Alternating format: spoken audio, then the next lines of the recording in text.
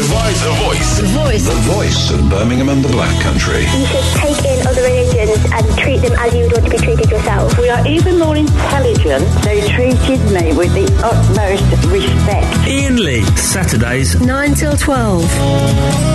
BBC WM 95.6. Morning, this is Iain Lee, BBC WM 95.6. Nice to talk to you. Thank you, Molly, for a lovely show. Lots coming up today that, as always, would like to get your input on, please.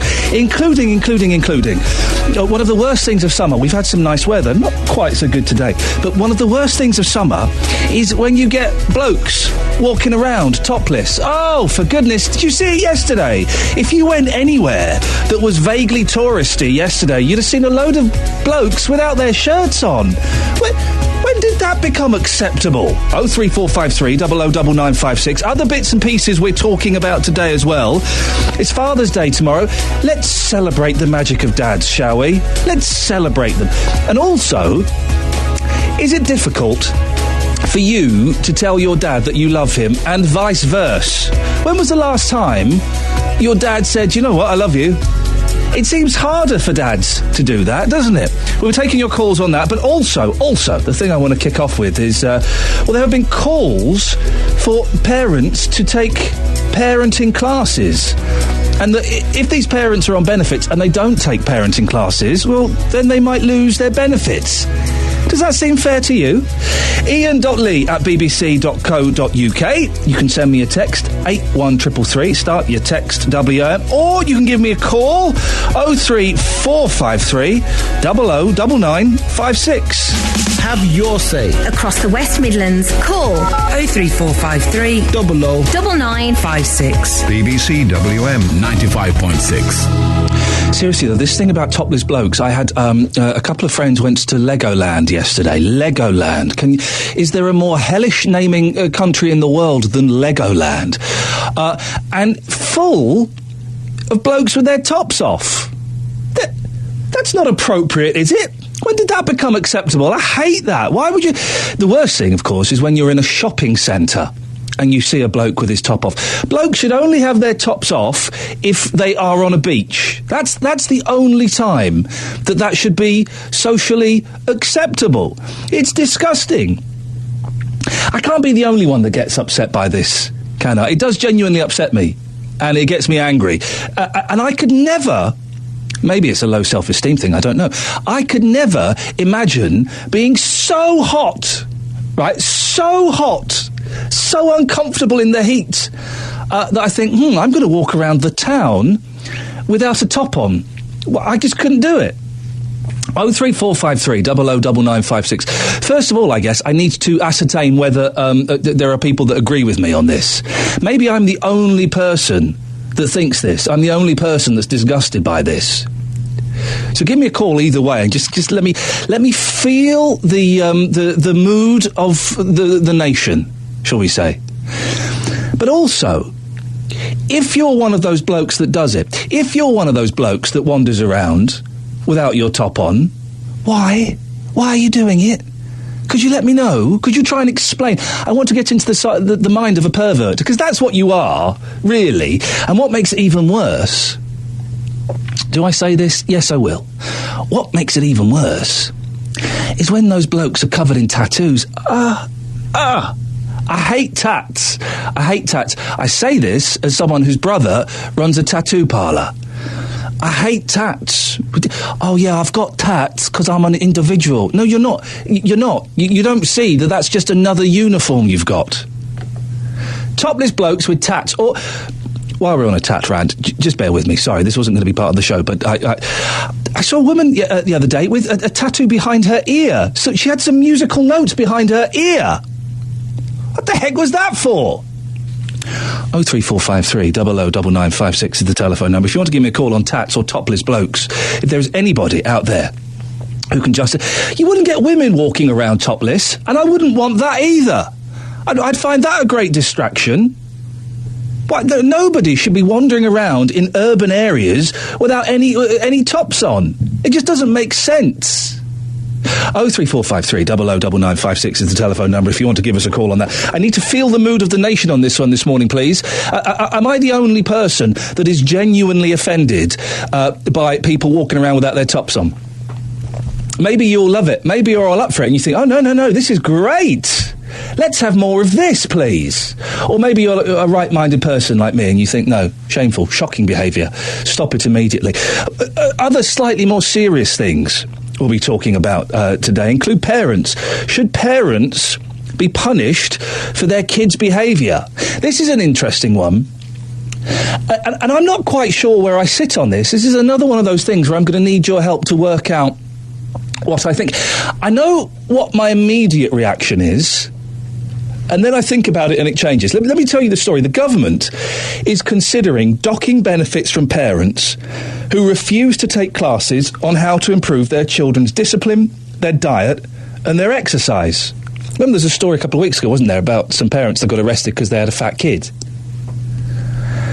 Well, Stourbridge MP Margot James, who sits on a policy advisory board, is reportedly considering putting forward the proposal. How responsible are the parents for the kids' behaviour? I think they have to take quite a bit of responsibility. Of course they do, the parents. If my boys are 4 and 2, but if they went round causing trouble, beating up other kids, putting bricks through windows, imagine a 2-year-old putting a brick through a window. My 2-year-old is so cute.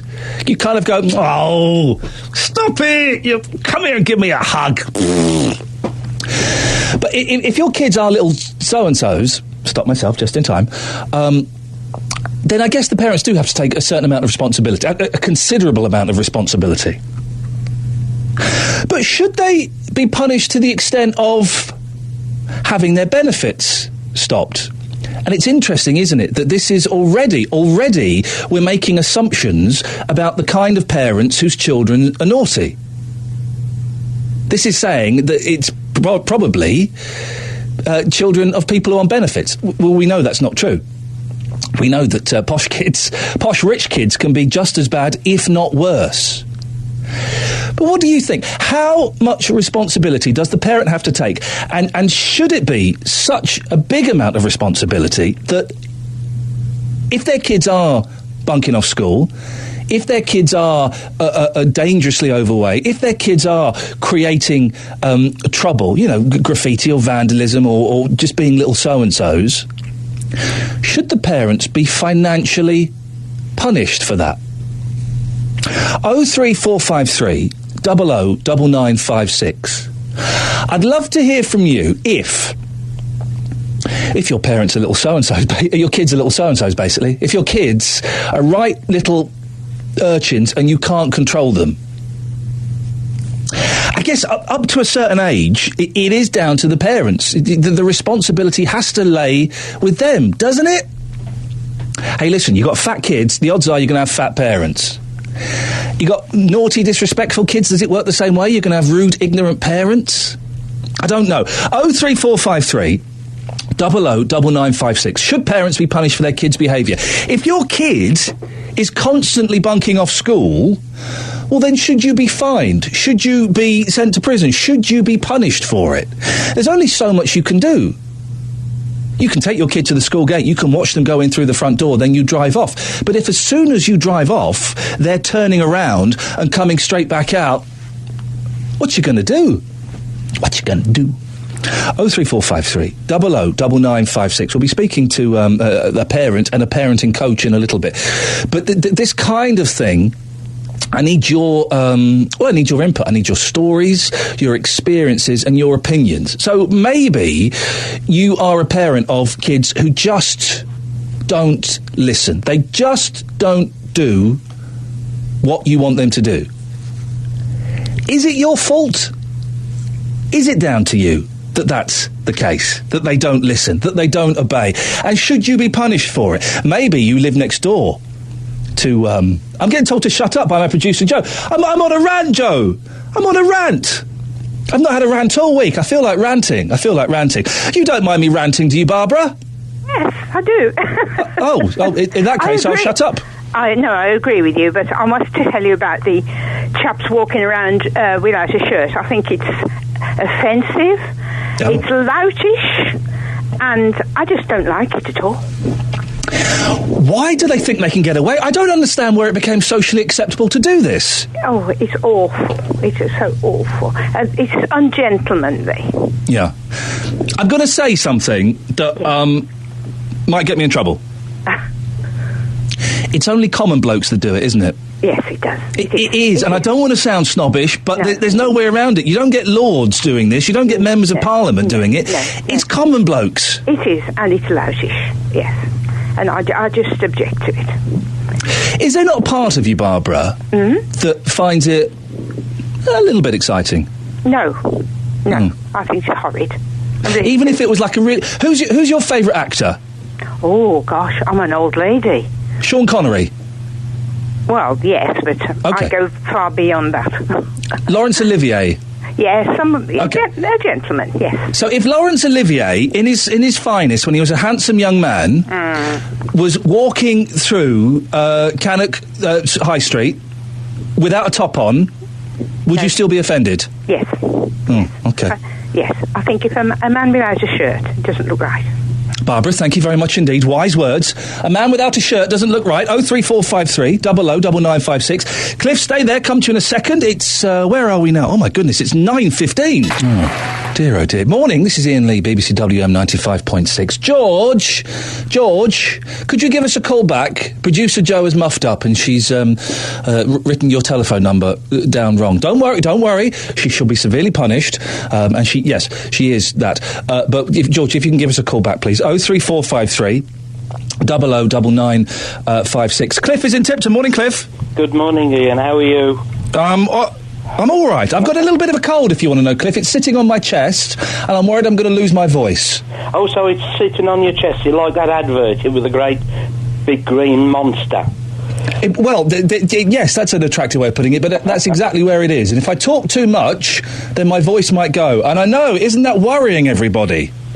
It's very worrying. I'm sure that all your topics here today will go off on sidelines and end up in cul-de-sacs, but never mind about that. Thank you. I must admit I agree with you about topless men. Thank God you women here don't go around in the same way. To use the word common, I think, is very apt. You see men walking round, strutting round, shall we say, some of whom should never be uncovered because they've got ski slopes where their stomach should be. Tattoos. I saw a black lady the other day near the surgery. She was waiting here to go in, and she had a tattoo on her neck, just behind her ear.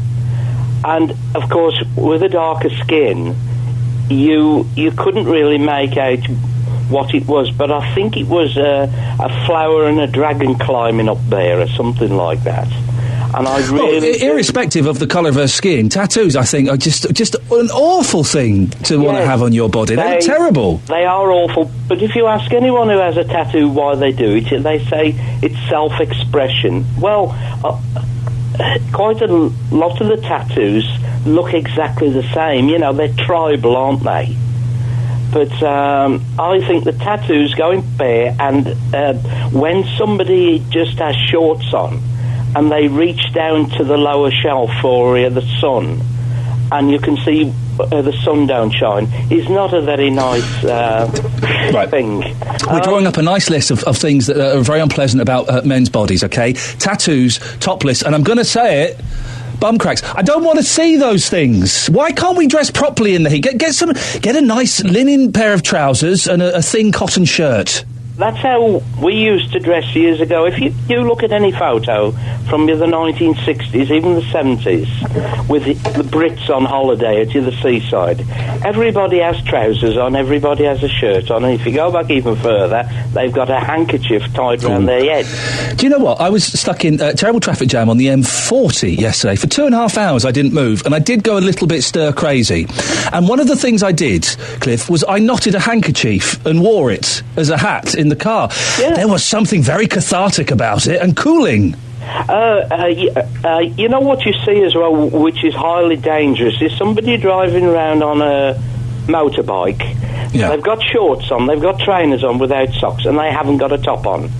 Now, if they came off that bike, going around a curve or something like that, think of the other damage they'd do. Cliff, thank you very much for that. 03453 009956. I think I know which way the show's going to go today, but it isn't. I've been asked, do I wear shorts? Very, very rarely do I wear shorts. Very rarely. I don't. Certainly, I never wear shorts to work. BBC WM. And other places I work, we work in nice offices and nice studios. But sometimes people walk in wearing shorts. Luckily, not those short shorts that you used to get in the 70s, but knee-length shorts. It's so inappropriate. There was a fashion, wasn't there, about 10 or 15 years ago, it's probably coming back as these things do, of suits with shorts. No. It's only in the last 3 years I've started wearing shorts abroad on holiday. Not very keen on showing legs. But topless blokes walking around Legoland, walking around Birmingham city centre, probably walking around where you live. It's disgusting. And it's so easy doing these kind of shows to sound snobbish and arrogant.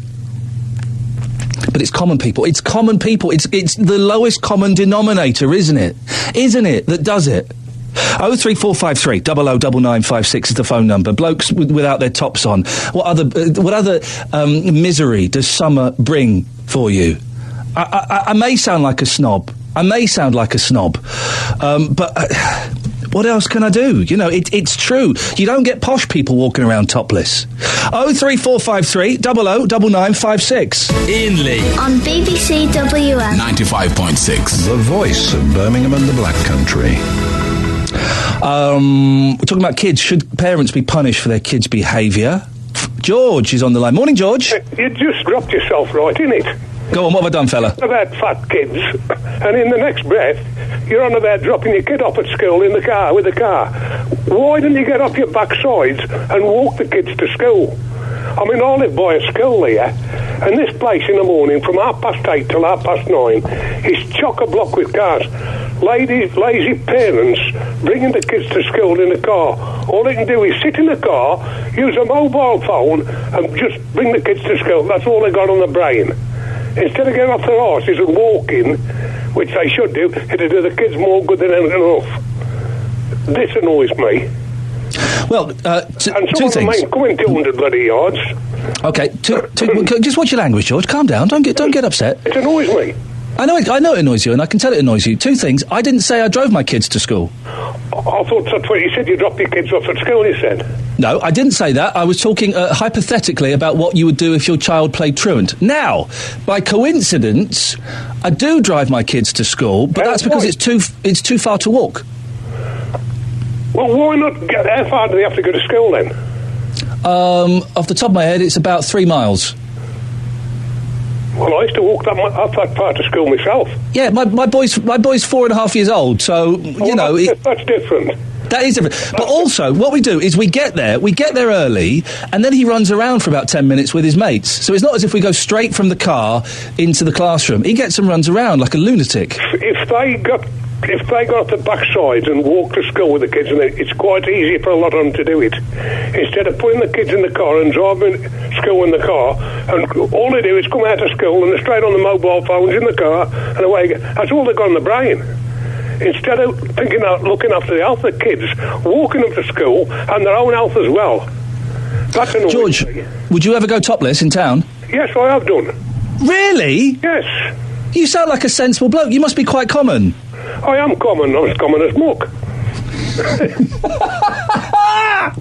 Well, there you go. Do you not feel self-conscious or uncomfortable doing it? No. There's nothing. Why be ashamed of your body? Because it's disgusting. It isn't. But blokes' bodies are disgusting. Yeah. George, listen, I appreciate your call. Thank you very much indeed. Well, there's our first person admitting he goes topless. It's going to be one of those shows, isn't it? It's going to be one of those shows, I've just realised, where we go from, quite serious, sensible stuff to talking about common blokes not wearing tops. 03453 009956 is the telephone number if you want to give us a call. The serious stuff is, should parents be punished for their kids' behaviour? The government is considering docking benefits from parents who refuse to take classes on how to improve their children's discipline, diet and exercise. Stourbridge MP Margot James, who sits on a policy advisory board, is reportedly considering putting forward the proposal. Meanwhile, Education Secretary Michael Gove wants to dock child benefit from almost 20,000 parents a year whose children play truant from school. Well, let's speak to parenting coach Sue Atkins and parenting expert and mum of three Liz Fraser. Good morning to both of you. Good morning. Good morning. Hello. Sue, let's start with you first of all. Should parents be punished for their kids' behaviour? It's very difficult, isn't it? I mean, the thing is, I find with the parenting courses and things that I run, the very parents that you want to come, that could do with a helping hand and a bit of an idea about discipline, don't come on those courses. They see it as a sort of a failure and they're not interested to come. And the very people who perhaps don't need to come always do. So it's a very difficult thing, really. I suppose by the very fact that you're signing up for a parenting course indicates that you're interested in your children and making things better for them. Yeah, because, you know, we go on courses from management to marketing, don't we? And we don't bat an eyelid and we don't think we're failing. Yet we never come along to a parenting sort of workshop to explore how we could do things better. Because my workshops are not about pointing a finger and judging people. I mean, it's really challenging and tiring and exhausting bringing up children. It's a bit like trying to tame jelly, isn't it? All wobbles and no rules. So, you know, people, though, in England seem to think it's sort of some sort of failure if you come and want to explore how to be the best parent you can be. Parents do have to accept responsibility for their kids' behaviour, though, don't they? Yes, I think they do to a point. I mean, you know, right from the beginning, right from toddler age, how you talk and teach your children about your values and about behaviour is very, very important. And sometimes if you haven't had a strong role model or you want to react against the role model perhaps that you've got, children can get out of hand quite quickly. And if you lose control of your children, which I see a lot of people, I call it handing the keys of the car to the toddler or to the, you know, the teenager, and they haven't passed their test yet. Children need you to be strong. They need you to have firm, fair and consistent discipline so they know where they are. They will push against those boundaries, of course they do. But our job as parents is to push back, to guide them, to talk and teach them, and to bring up happy, confident, well-behaved, you know, adults, really, long term. Liz, what do you think? Should parents be punished for their kids' behaviour? Well, that word punish is so sort of strong in this situation because I think we need to stop looking at it as a punishment and we need to start looking at it as a help, actually, as a help and a support. And so as soon as people start saying, you know, you must go to parenting classes, it's always painted as punitive rather than as saying, look, you're really struggling, okay, you're clearly struggling with this, something's not working. And for your own good and for the good of your children, this is something that we think you really need to do, which will help you and it will help everybody around you, not only you and in your family, but all the other people that your children then come But into no one wants to hear that. If anyone says, if you I know. suggest to a parent that they're not doing something right, they get very defensive, don't they? I know. It is the strongest one of all. You know, you can criticise people for the way they live in their house or what they eat or what they do. If you criticise the way they raise their parents, it is a red rag to a bull. The way they raise their children, is like a red rag to a bull. But I mean, part of all of this is even just opening the discussion and saying, you know, you are failing as a parent, actually, because whatever you're doing, even in the best meaning way, whatever you're doing is not working, because the moment your child leaves your company, or probably even in your company, they behave in a way that is just not okay socially. If they're not going to school, you know, if they're playing truant every single day, and you've tried everything as a teacher or as a head teacher to get that child to go to school, you know, eventually, what is actually left to you? What is left to you to do to get this child to go to school? And unfortunately, all that's left to you is to say to the parents, look, if you don't make sure your children turn up to school, we are actually going to start doing something which you're not going to like very much. Let's help you out here to make things better so that your children will go to school. Is the threat of removing someone's benefits, and we're kind of making quite a lot of assumptions by talking about these parents being on benefits, but let's just go with that for a second. Is the threat of removing someone's benefits or their child benefit or whatever it may be, is that a sensible threat? Do you think that's fair, Liz? Well, I mean, each family on its own merit, and I don't, you know, as you were saying there, you know, benefits are very complicated and who's getting what for what. But again, it will come down to, well, what's left for us to do? Do you know what I mean? I think the authorities are sort of finding that we've tried everything. We've tried this and we've tried that. Okay, let's try this. Let's see if this is going to actually get you off your backside. Get out there, feed your children something decent, stop making them clinically obese by the time they're 5, and send them to school so that they can sit down and behave and listen. And it's good for them, by the way. It's good for the children. It's good for all of us. It's not because we're trying to criticise you. Maybe they feel that this is all that's left. Let's try it. Let's see what's happened. I'm not saying that I endorse it, that I think it's a good thing or a bad thing. I'm just saying that I think that's probably... they're just trying absolutely everything they can. We've tried parenting class vouchers, haven't we? As Sue rightly said, the people who take these things up are the people who don't need to go anyway. So perhaps they just feel like, well, what's left? Okay, fine, we'll take your benefit away. Sue, financial punishment for parents that aren't up to scratch? Well, I mean, I hate that kind of idea, but as Liz says, if these people are consistently not sort of improving in terms of looking after their kids, then perhaps, I know it's a difficult one, but perhaps if that's what makes the change. But what I'd like to see is taking away that taboo and taking away that word, as Liz says, about punishment. How about encouraging, helping, supporting, nurturing, cherishing our kids and helping parents who perhaps are struggling a little bit with that? And it's not, it's not a taboo subject. We all struggle at times with our kids. I have as well. So it's about helping each other and taking away that taboo, I think. I suppose the thing is, if you take away you're taking away child benefits, ultimately it's the kid that's going to suffer, isn't it? Because they're going to lose out. I suppose so, but it's about, this is more than that, isn't it? It's just about trying to help the confidence of the parent. That's what's important here. Because sometimes parents lose their way and they haven't necessarily, they want some fresh ideas, some new techniques to help them and nurture them. And I find when I work with the parents and build up their confidence, give them clarity and give them direction, then of course the whole thing starts to improve. They start to feel more confident, they spend more time with their children, they're more enthusiastic, they start to, you start to look at ways to eat more healthily, maybe just walk to school. A small change can make a big difference in health. So it's not about the overwhelming big steps. It's always about the tiny little steps that make a big difference in the long run. Liz, some people just aren't very good parents, are they? They might be disinterested in their children, they might not have a clue, they might not care, they feed them rubbish, they let them watch DVDs in their bedroom at midnight when they're 2 years old. Do you think some people just shouldn't be allowed to be parents? I don't think some people are not allowed to be parents, but I think many people should definitely not be parents. Yes, I think there is a cause. I mean, just look around you. Look around at the people that that you see on this weekend. You go into a shopping centre. Half of those people are absolutely dreadful parents. Yes, and that's the fact. That's what we're dealing with now. And although I think this idea though about encouragement, about positivity is so important. And I remember being told, I did some work with the NSPCC quite a few years ago, and I was given one tip which I've always kept with me and it has really, really helped. And she said to me, if you see a parent shouting at a child, when a parent's really lost their rag and they're in the supermarket and they're shouting at their child and they're pulling them by the arm, most people would step in at that point and say, hey, what are you doing? Stop doing that. And she said to me, what you can do is you can go and say, excuse me, are you okay? Can I help you? Is there anything I can do right now in this situation that would help you? Can I hold your shopping for you or whatever? And that it turns the whole thing on its head. And instead of saying you're being bad, which, by the way, actually in this moment they are, there's a reason they're behaving that way.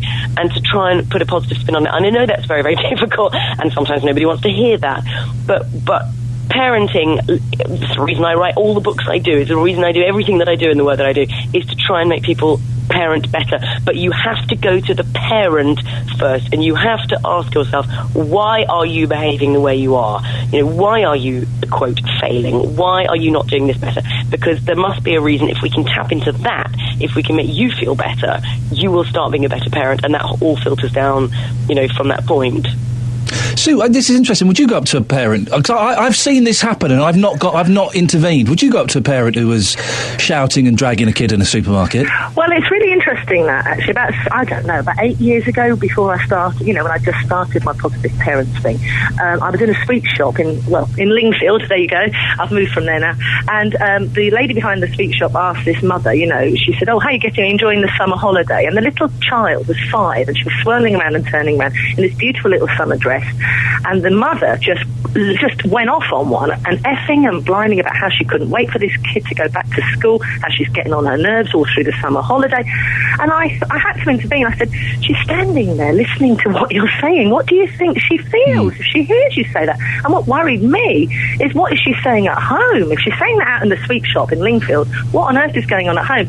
So anyway, we had this kind of discussion and all the rest of it. And she said, I didn't think of it like that. It's how you say it as well. And as Liz says, I think the approach is, how could I help you? What could I do to help you right now at this moment? Switch it around. Don't judge the parent. Ask if you can help them in some way, and be practical. So I think, it's a mindset, and raising children is, a great honour and a privilege, but it is also exhausting, let's be honest. It's flipping hard work. Sue Atkins, parenting coach, Liz Fraser, parenting expert, author, mum of 3. Thank you very much indeed. 03453 009956. It is the best job in the world, is being a parent, isn't it? It's brilliant. It's flipping infuriating. It's also the worst job in the world. Oh, my eldest last night was being a right little so-and-so. Get into your bed.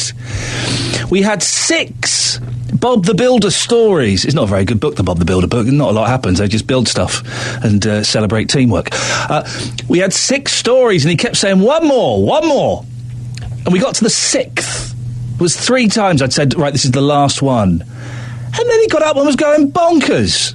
Went and got in bed with his mum. I said, right, It was tense. It was hard work.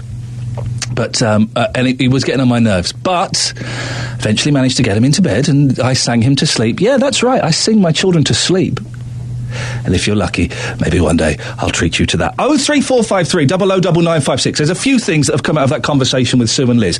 The first one is, should parents be punished for their kids' behaviour? Ultimately, it has to be their responsibility. It has to be your responsibility if you're the parent. Up to what, 15?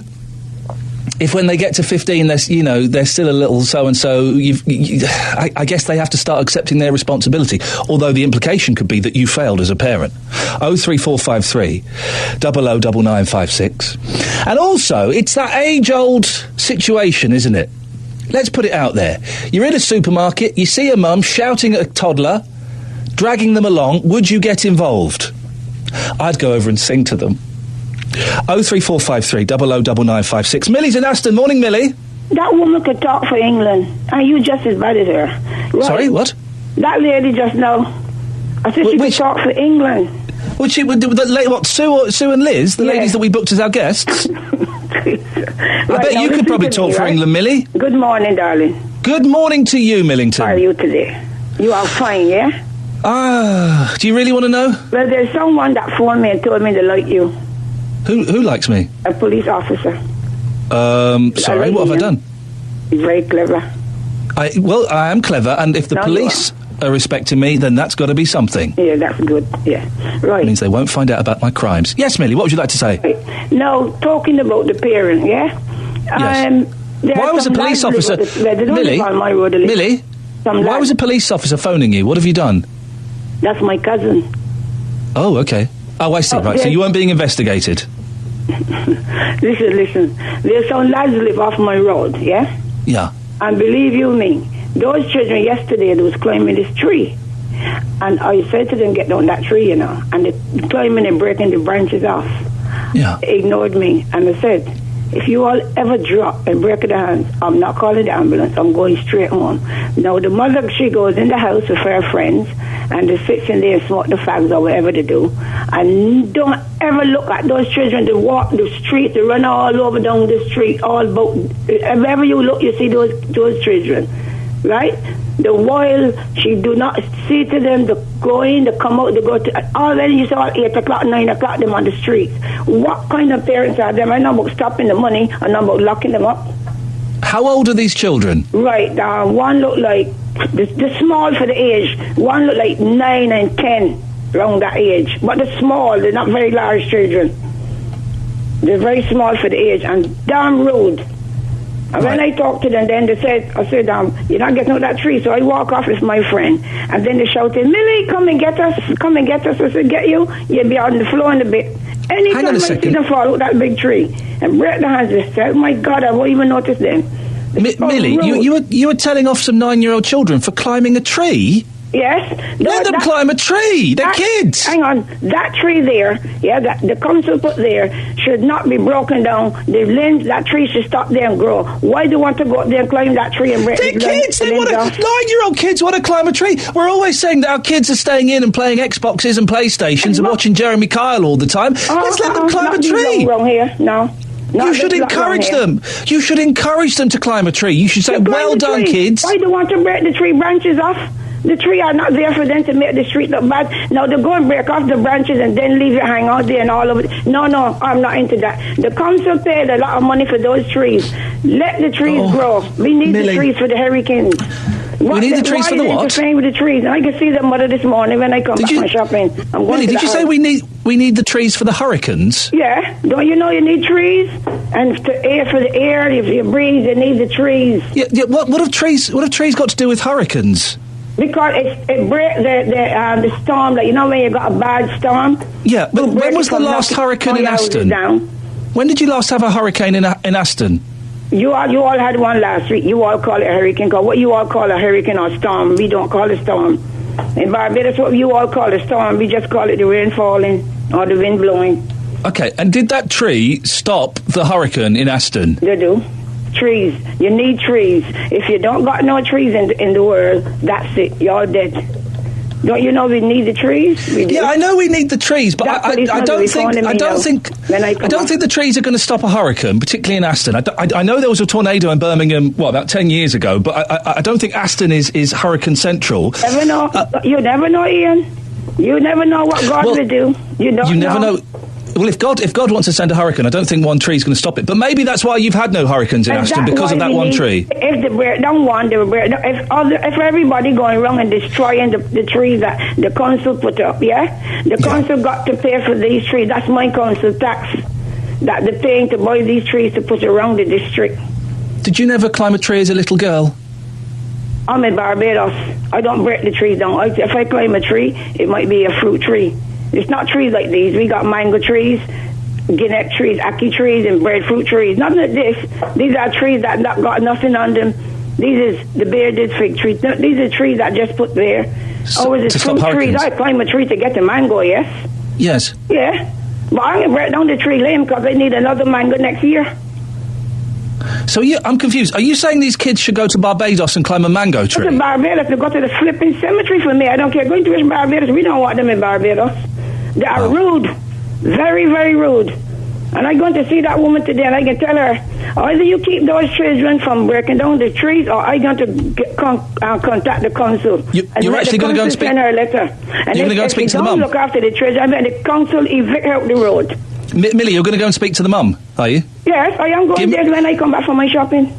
Give me a call. Are you going to what time are you going to speak to her? Well, I'm going shopping about 1:45. And I'm coming back. And when I come back, I will call her. And if you want me to call you, I'll call you. Millie, I will speak to you later on. I want to hear what we're here until midday. Flipping it. You would not want to knock on the door from Millie, would you? Saying, watch out, keep those flipping kids off that tree. We don't want them in Barbados, climbing mango trees. Those trees are to stop hurricanes. Hurricanes? Really? 03453 00 9956 is the telephone number if you want to give us a call. I've had an email. Doreen, stay there. I'll be with you in a minute. I've had an email from Tattoo Chris. Oh, for goodness sakes, what a hideous picture. What's wrong with you? It's a text, sorry. What's wrong with you? Nothing better than walking round topless in the sun. Get a life. Have a tattoo, you big girl. Now, let me just say, Tattoo Chris, when I was talking about topless blokes, and when I said that maybe they were a little bit common, Tattoo Chris was exactly the image I had in my head. He's bald. He's a big lad. He's supping on a tinny. It looks like a Foster's, but I could be wrong. And he is covered in tats. Okay, here we go. I'm going to say stuff that you're not really meant to say, but I'm going to say it because I'm in that kind of mood, right? If I saw someone like that walking around, I would feel intimidated, I would feel threatened, and I would feel repulsed. It looks horrible. It looks absolutely horrible. 03453 00 9956. Topless blokes. There really is no need, is there? So, two things we've got on the go at the moment. Yeah, I know. Topless blokes. What is it? As soon as there's a little bit of sunshine, blokes whip their tops off. No. And blokes with tats. Oh, it just really...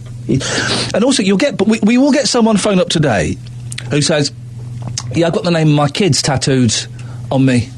It's because I love them.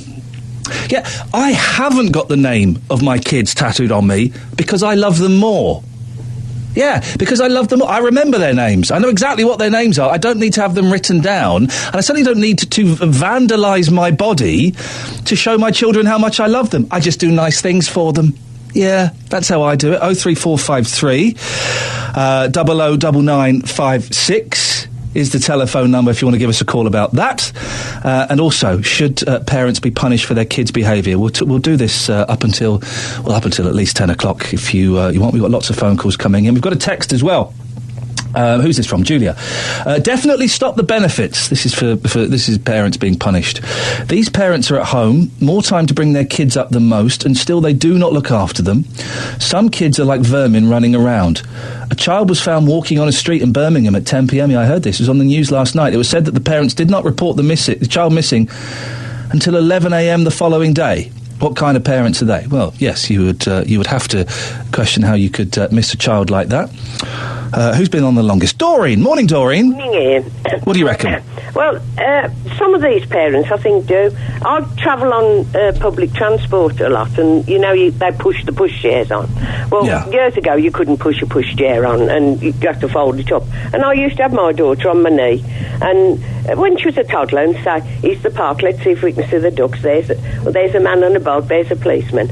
Half of them, they never converse with the kids. You know why? They're too busy on mobile phones.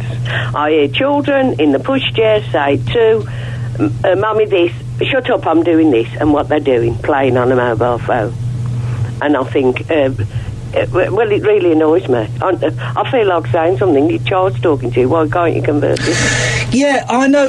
I think it is one of the great crimes of modern technological age is the amount of time that parents, and I've been guilty of it in the past, and I try and be really aware of it, but the amount of time parents spend on their mobile phones, you're right, when they're out with their kids. Games. Yeah. Or texting somebody, and they're more interested in that than they are the children. I'm not going to say you can't tar everybody with the same brush. No. But there is a lot. I see mostly youngish mothers. I've seen parents with their headphones in while they're out pushing their babies around. But even a baby you talk to, don't you? Yeah, of course you do. Yeah, and I've seen how they learn. They've had their headphones on, and the kid said something, and they've had to take one headphone out and say, "What was that? What? Yeah. What'd you say?" Yeah. I thought, shut up, I'm doing this. How do you... a child's supposed to learn from you. Can you believe, though, Millie is telling 8-year-old kids to get down from a tree? I thought we were supposed to be encouraging kids to do this. The tree, I can understand that they're not just climbing and playing, they're damaging the tree.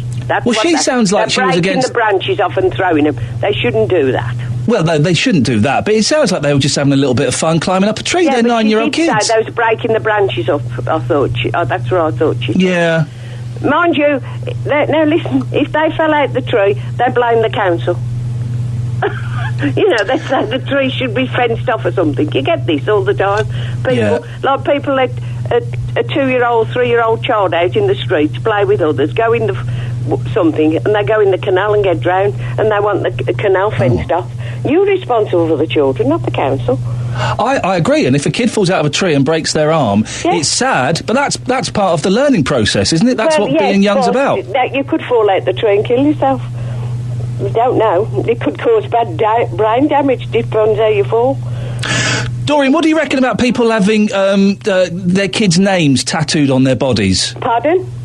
What do you reckon about people having their kids' names? Nothing. No? I don't mind just say one on a man's arm, but I think when women, and when they're near the face and on the neck, I think they look vile.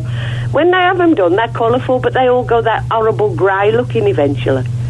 Doreen, thank you very much. 03453 009956. The reason I ask, we've got Steph in Tamworth on the line. Morning, Steph. Morning, you're right. Yeah, I'm all right, thanks. You've got tattoos of your kids' names, have you? I have, and they're the horrible... No, not the names. I've got their faces, and there's that horrible grey colour.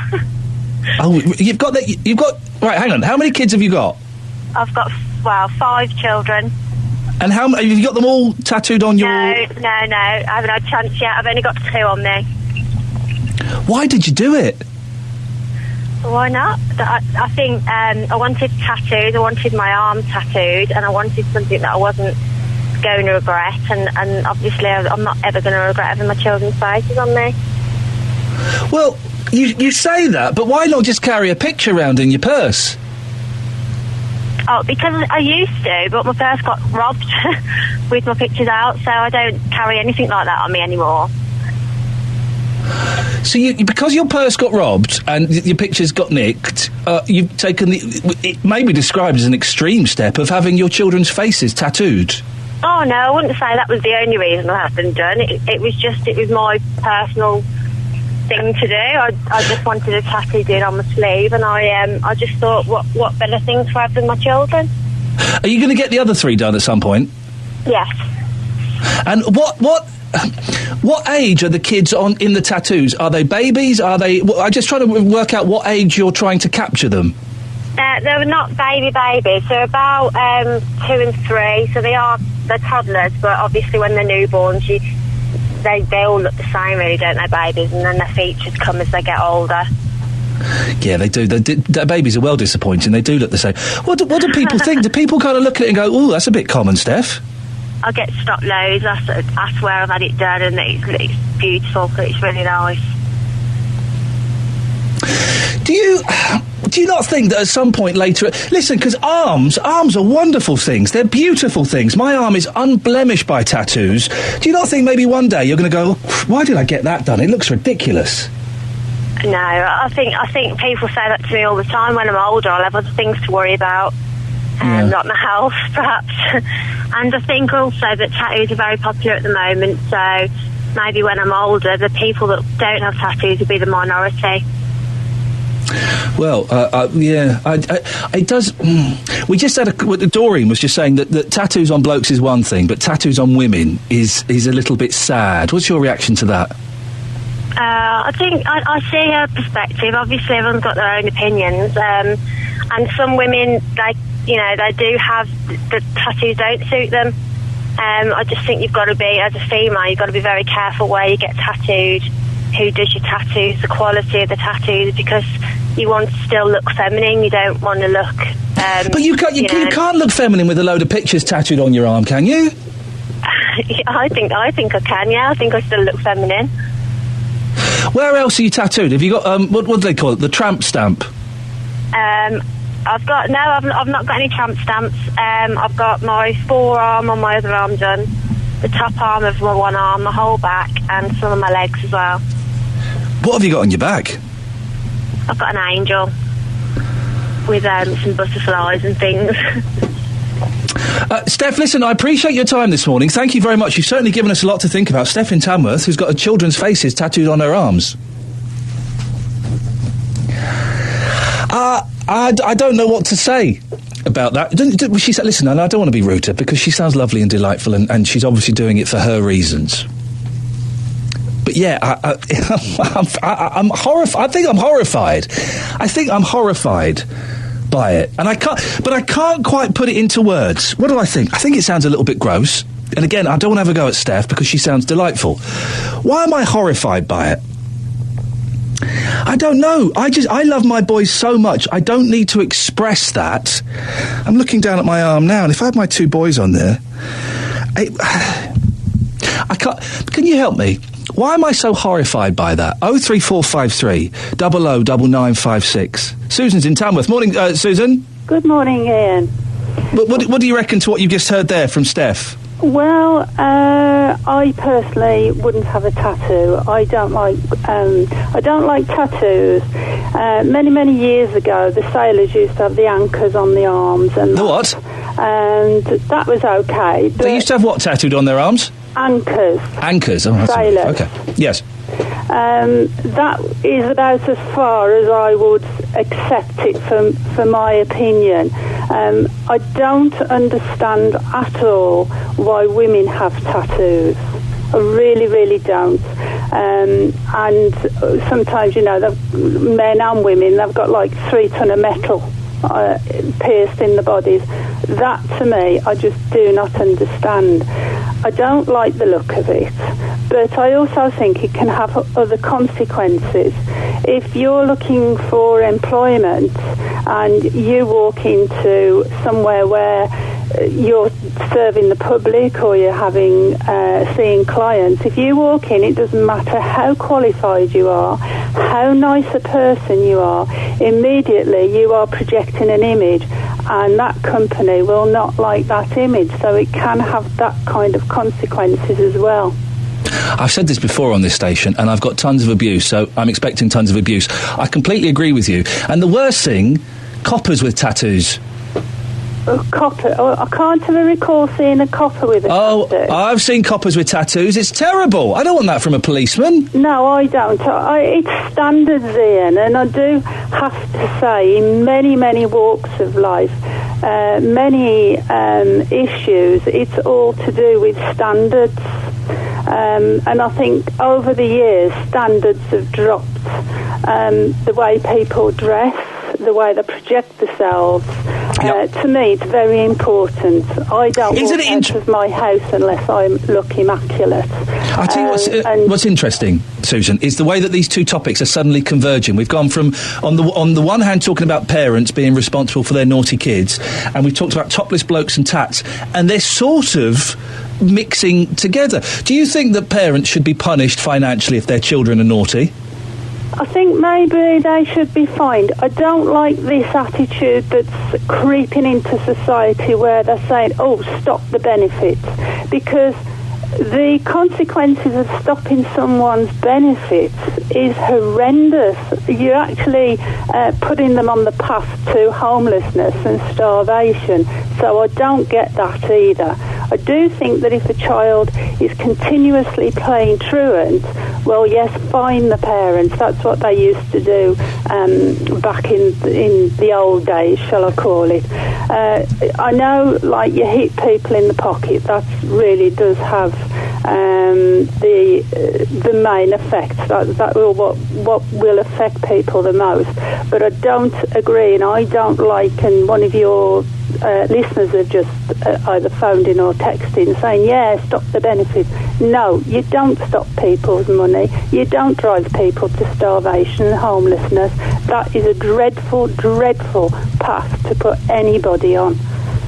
Susan, I appreciate your call this morning. Thank you. 03453 009956. And I guess that has to be kind of the key things. If you're punishing parents financially because of their children's behaviour, then ultimately it will be the child that suffers, won't it? Because it's going to be the kids that lose out on, I don't know, food, clothes, whatever it's going to be. It won't necessarily be the parents. And it's interesting how these two subjects have converged. Topless blokes with tats and bad parents. Dare I suggest there's a correlation?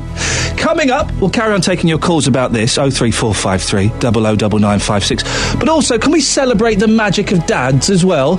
When did your dad last say he loved you? The voice of Birmingham and the Black Country. You should take in other religions and treat them as you would want to be treated yourself. We are even more intelligent. They treated me with the utmost respect. Iain Lee, Saturdays 9 till 12.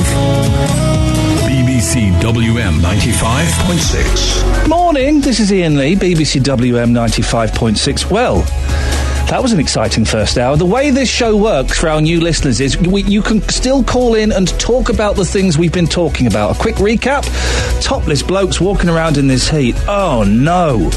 Why do you do it, fellas?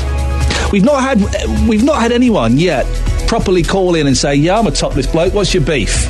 I suggest it's because they haven't got the capacity to pick up the phone and dial. I don't know, I could be being unfair there.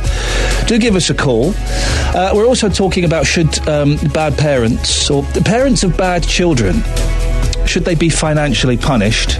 And coming up in this hour, why do we find it hard to say we love our dads and vice versa? It's Father's Day tomorrow. Let's celebrate the magic of Dad, shall we? Shall we? Let's try and be loving and kind and warm and open. You can get in touch by texting me, 81333, start your text WM, or you can email iain.lee, iain.lee at bbc.co.uk. But the best way is to give me a call. 03453 009956. Have your say. Across the West Midlands, call 03453 009956. BBC WM 95.6. Steve's in Solihull. Morning, Steve. Good morning. What do you want to say, boss? First of all, I've got some beef with you, first of all. What's your beef, alone. Steve? Leave Millie alone. Millie's rang up, she's put a point across, and you are very manipulative. What Millie was talking about is kids climbing trees, damaging trees, and that's her beef. She didn't say there's anything wrong with climbing trees. No, she did. Once Steve, I don't know if you were listening, but once I questioned her, she wasn't keen on kids climbing trees. I don't think you were listening. That's the first thing. No, The second thing, hang on, I've got several points to make, you are very manipulative. You're in charge of this, you've got the button. No, I've not got a button, Steve. Button, you talk people, and you steer the programme however you want to steer it. Because, do you know why? Well, do you know why? It's my show. That's why, mate. Now, we can get on to your second point, but don't do a hit and run, okay? Let's address the points one at a time. So, you were upset with the way I treated Millie because what? Because I questioned her and furthered the conversation? It wasn't questioning. You cajoled her into a corner. You moved her into an avenue, in the avenue that you wanted to say. So what was the avenue I moved her into? You moved her into saying there is nothing wrong with kids climbing trees. That's the avenue you put her Incorrect. into. Incorrect. I moved that. Incorrect. She did not say that. Well, Steve, you've just said something wrong. You said I moved her into the avenue to say there's nothing wrong with climbing trees. No, I didn't. She ultimately said that she didn't want kids climbing trees. She said kids climb trees in Barbados. They climb mango trees and they she said she didn't want them over there climbing trees. She never said that. Yes, she did, actually, Steve. She said she didn't want those kids over in Barbados climbing mango trees. So, can I suggest you just listen a little bit better, and also a little bit patronising to suggest that Millie can't look after herself. I've spoken to Millie many, many times. She is well up for looking after herself, so a little bit patronising. I never said she couldn't look after herself. She told the kids off. To Millie on numerous occasions. And she told the kids off for climbing trees, and she's going to go and talk to the parents today about not wanting the children to climb trees, and I'm hoping she calls us back and lets us know how it went. Okay, that's the Next first point. I haven't rang Okay. up to talk about First point shot down. Let's hear number two. Shot down by whom? By me, Steve. Yeah. Oh, damn! I just proved you wrong. The other thing is, never judge a book. Hang on. Let's move on a bit. Otherwise, you'll embarrass yourself more. No, anything but that. Don't judge a book by its cover. There are a lot of people out there who are not tattooed, who are aggressive, violent and nasty. Some time ago, it was deemed aggressive to have a shaven head. And now, look how many men are going around with shaven heads. The military, a lot of them they are tattooed.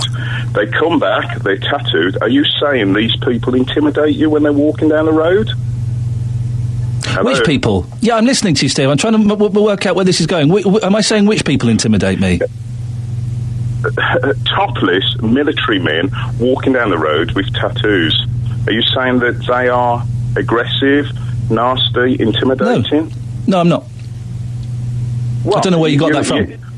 What you are saying is you don't like topless men with tattoos, Correct. sporting tattoos, because you find them intimidating. No, I find some of them intimidating, not all of them. No, Steve, you really need to pay better attention. I find some of them intimidating, the rest I find physically repulsive and disgusting and very common. Very common. That's using your standard. Who said that your standard is the correct standard? There's a lot of people, there are a lot of nice policemen who are also tattooed, and for you to comment and say, tattooed policemen, we shouldn't have them. Yeah. And there you go again. It's so what's wrong with a tattooed policeman? It's like, what about a tattooed medic? I think it sends out the wrong signal. I think it sends out the wrong signal when you're dealing... If you've got a surgeon who is tattooed, are you saying that that's wrong? I'm saying it sends out the wrong signal, yes.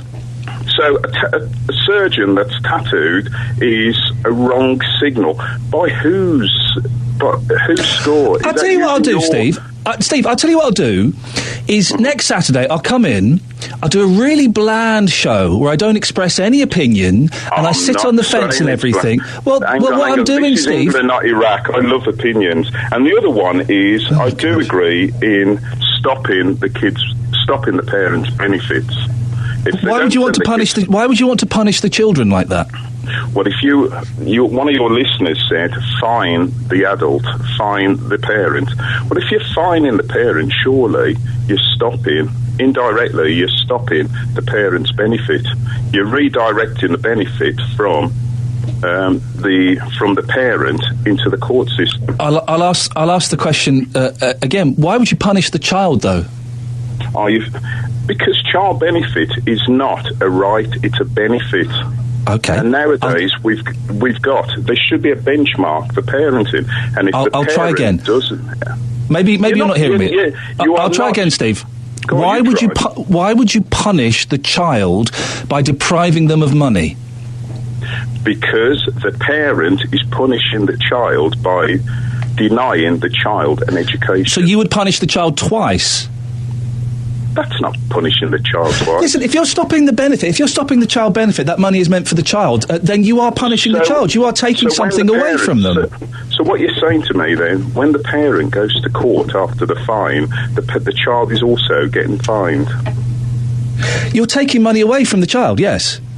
So what you are saying then, just keep the child at home. Do not send the child to school. No, that's not what I'm saying. What I'm asking is, why would you punish the child? And you've not been able to answer that question. You are not punishing. You're taking money away from them. As a parent, there are certain obligations. As a parent, I know, Steve. We're going around in circles, but you're not answering the question. Yeah, well, I'm not. I'm saying it's you twisting it. It's you. No, I'm asking you a direct question. I'm asking you a direct question, and you can't answer it. I'm not saying you're not. I'm not saying you are punishing the child. What I'm saying is, but you have to appreciate, Steve, that by taking money away from the parent. Yes. The role is a parent, and as a parent, your obligation is to send your child to school. If you're not sending your child to school, why should you get benefit from the state? From the state, full stop. Okay, so you think it's acceptable to take money away from the child? You're not taking money from the child. You are! If you're fining the parent or stopping their benefit, then that child is losing out. Well, do you... All right, then, let's put it on its head. Do you think it's right in that parent not sending that child to school? No, I don't. But I do think there must be better ways of dealing with it than financially punishing and depriving the child.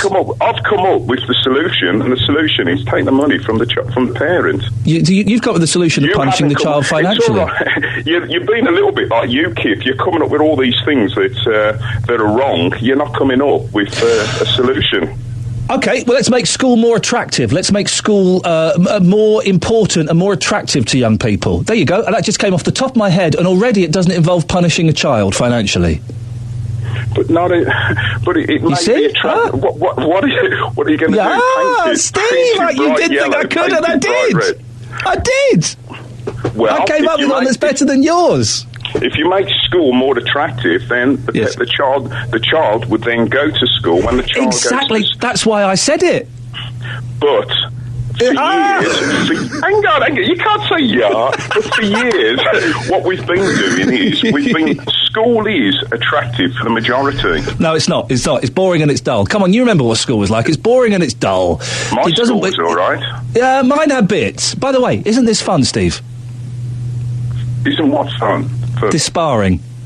It's not sparring. It's voicing an opinion, and I'm glad I live in England and not Iraq. I know. Particularly at the moment with the troubles they're having. But this verbal sparring, are you enjoying it? I do. I enjoy life. Nice for living. I'm enjoying it anyway. School, listen, if you remember properly, the most of school was dull and it was boring and it wasn't attractive to 13, 14, 15-year-old kids. Make it more attractive. Then the kids will go. Then you're not financially punishing the children. Steve, shall we shake hands? I always shake hands. I never leave. It's when I'm right, and on this occasion, unfortunately, I think you're wrong.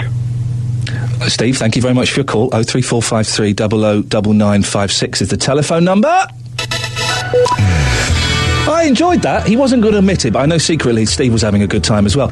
Morning, this is Iain Lee, BBC WM 95.6. Consider this as a little mental workout for the brain this morning. This is how I like this show to be, and Steve was a cracking sport there. He was wrong on so many things, and he knew it, but he phoned up and he had a darn good try. Well done, Steve. We're talking about topless blokes. We're talking about bad parents. We're also talking about dads as well. It's Father's Day tomorrow. When was the last time you told your dad that you loved him? And I'm guessing it's easier for daughters to say it to their dads than it is for sons to say it. And the other way around as well, I suppose. If you're it's easy for me to say it to my kids because they're 4 and 2. I tell them all the time. But if you're a dad and your kids are, in their teens, in their 20s, in their 30s, 40s, is it easy to say that you love them? Is it a generational thing? 03453 009956. I don't often go very schmaltzy on this show. As you will know, I'm quite hard-nosed. But do you know what? What with Father's Day coming up tomorrow, we can celebrate the magic of dads a little bit, can't we? What makes your dad so special? And why are we too embarrassed to tell our dads we love them? Well, Dr. Pam Spur is a relationship expert, author of The Emotional Eater's Diet, and my sometimes television wife. Good morning, Dr. Pam. Good morning, hubby. It's nice to speak to you. How are you? You all right? I'm so happy to be chatting to you, and I love that sparring. And can I warn you, I'm a black belt in karate, so take me on, Iain, and you'll get payback. I know. Listen, I wouldn't dare, Dr. Pam. I've done it before, and I've learned the hard way. Why do we find it so hard to tell dads that we love them?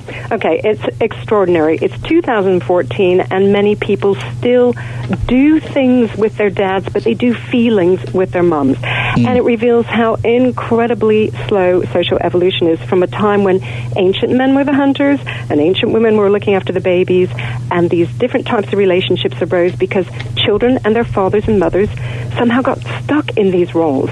And it still happens. And the sad thing about it, Iain, is that people say to me, in my line of work, obviously, my dad passed away and I never had the chance to tell him I loved him. And there is so much regret over this issue, and I'm so glad you're raising it. Well, I'm just seeing a tweet now from Aladdin on Twitter to you saying, I never told my dad I loved him, and now I can't rest in peace. And that's the thing, isn't it? There will become a point when your dad is no longer there, and you'll have those regrets. Yeah, because there you were doing things with him, perhaps in childhood, kicking a ball around, maybe a bit older, he showed you a bit of DIY, and yet with your mum you were relating at a deeper level. And you'd think when you have a kind of straightforward, kind of uncomplicated relationship with your father, because there he was teaching you how to do these particular things, you think it might make it easier to relate in that way because things seem so uncomplicated.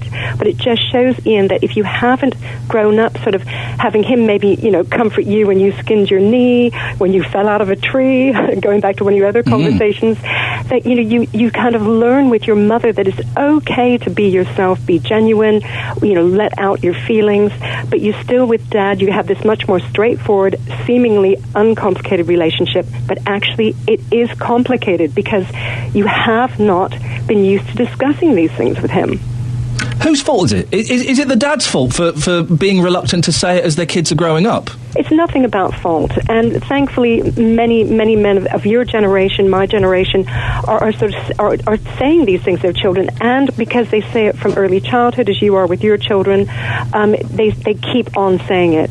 But I think there is this kind of generational divide where, it wasn't the man's fault, but he was of a generation where he just wasn't comfortable talking about these feelings, and that means there's probably a lot of men, say, of your generation who never had that kind of relationship with their father. I miss my dad. My dad died last year, Pam, and we didn't speak for a long, long time. We fell out for years and years and years. And then a couple of years ago, I made peace with him, and we kind of, we made up and stuff like that. And it was still a little bit strained. It was still that kind of, we don't really talk about stuff. And then we found out he was dying, and he only had a few months.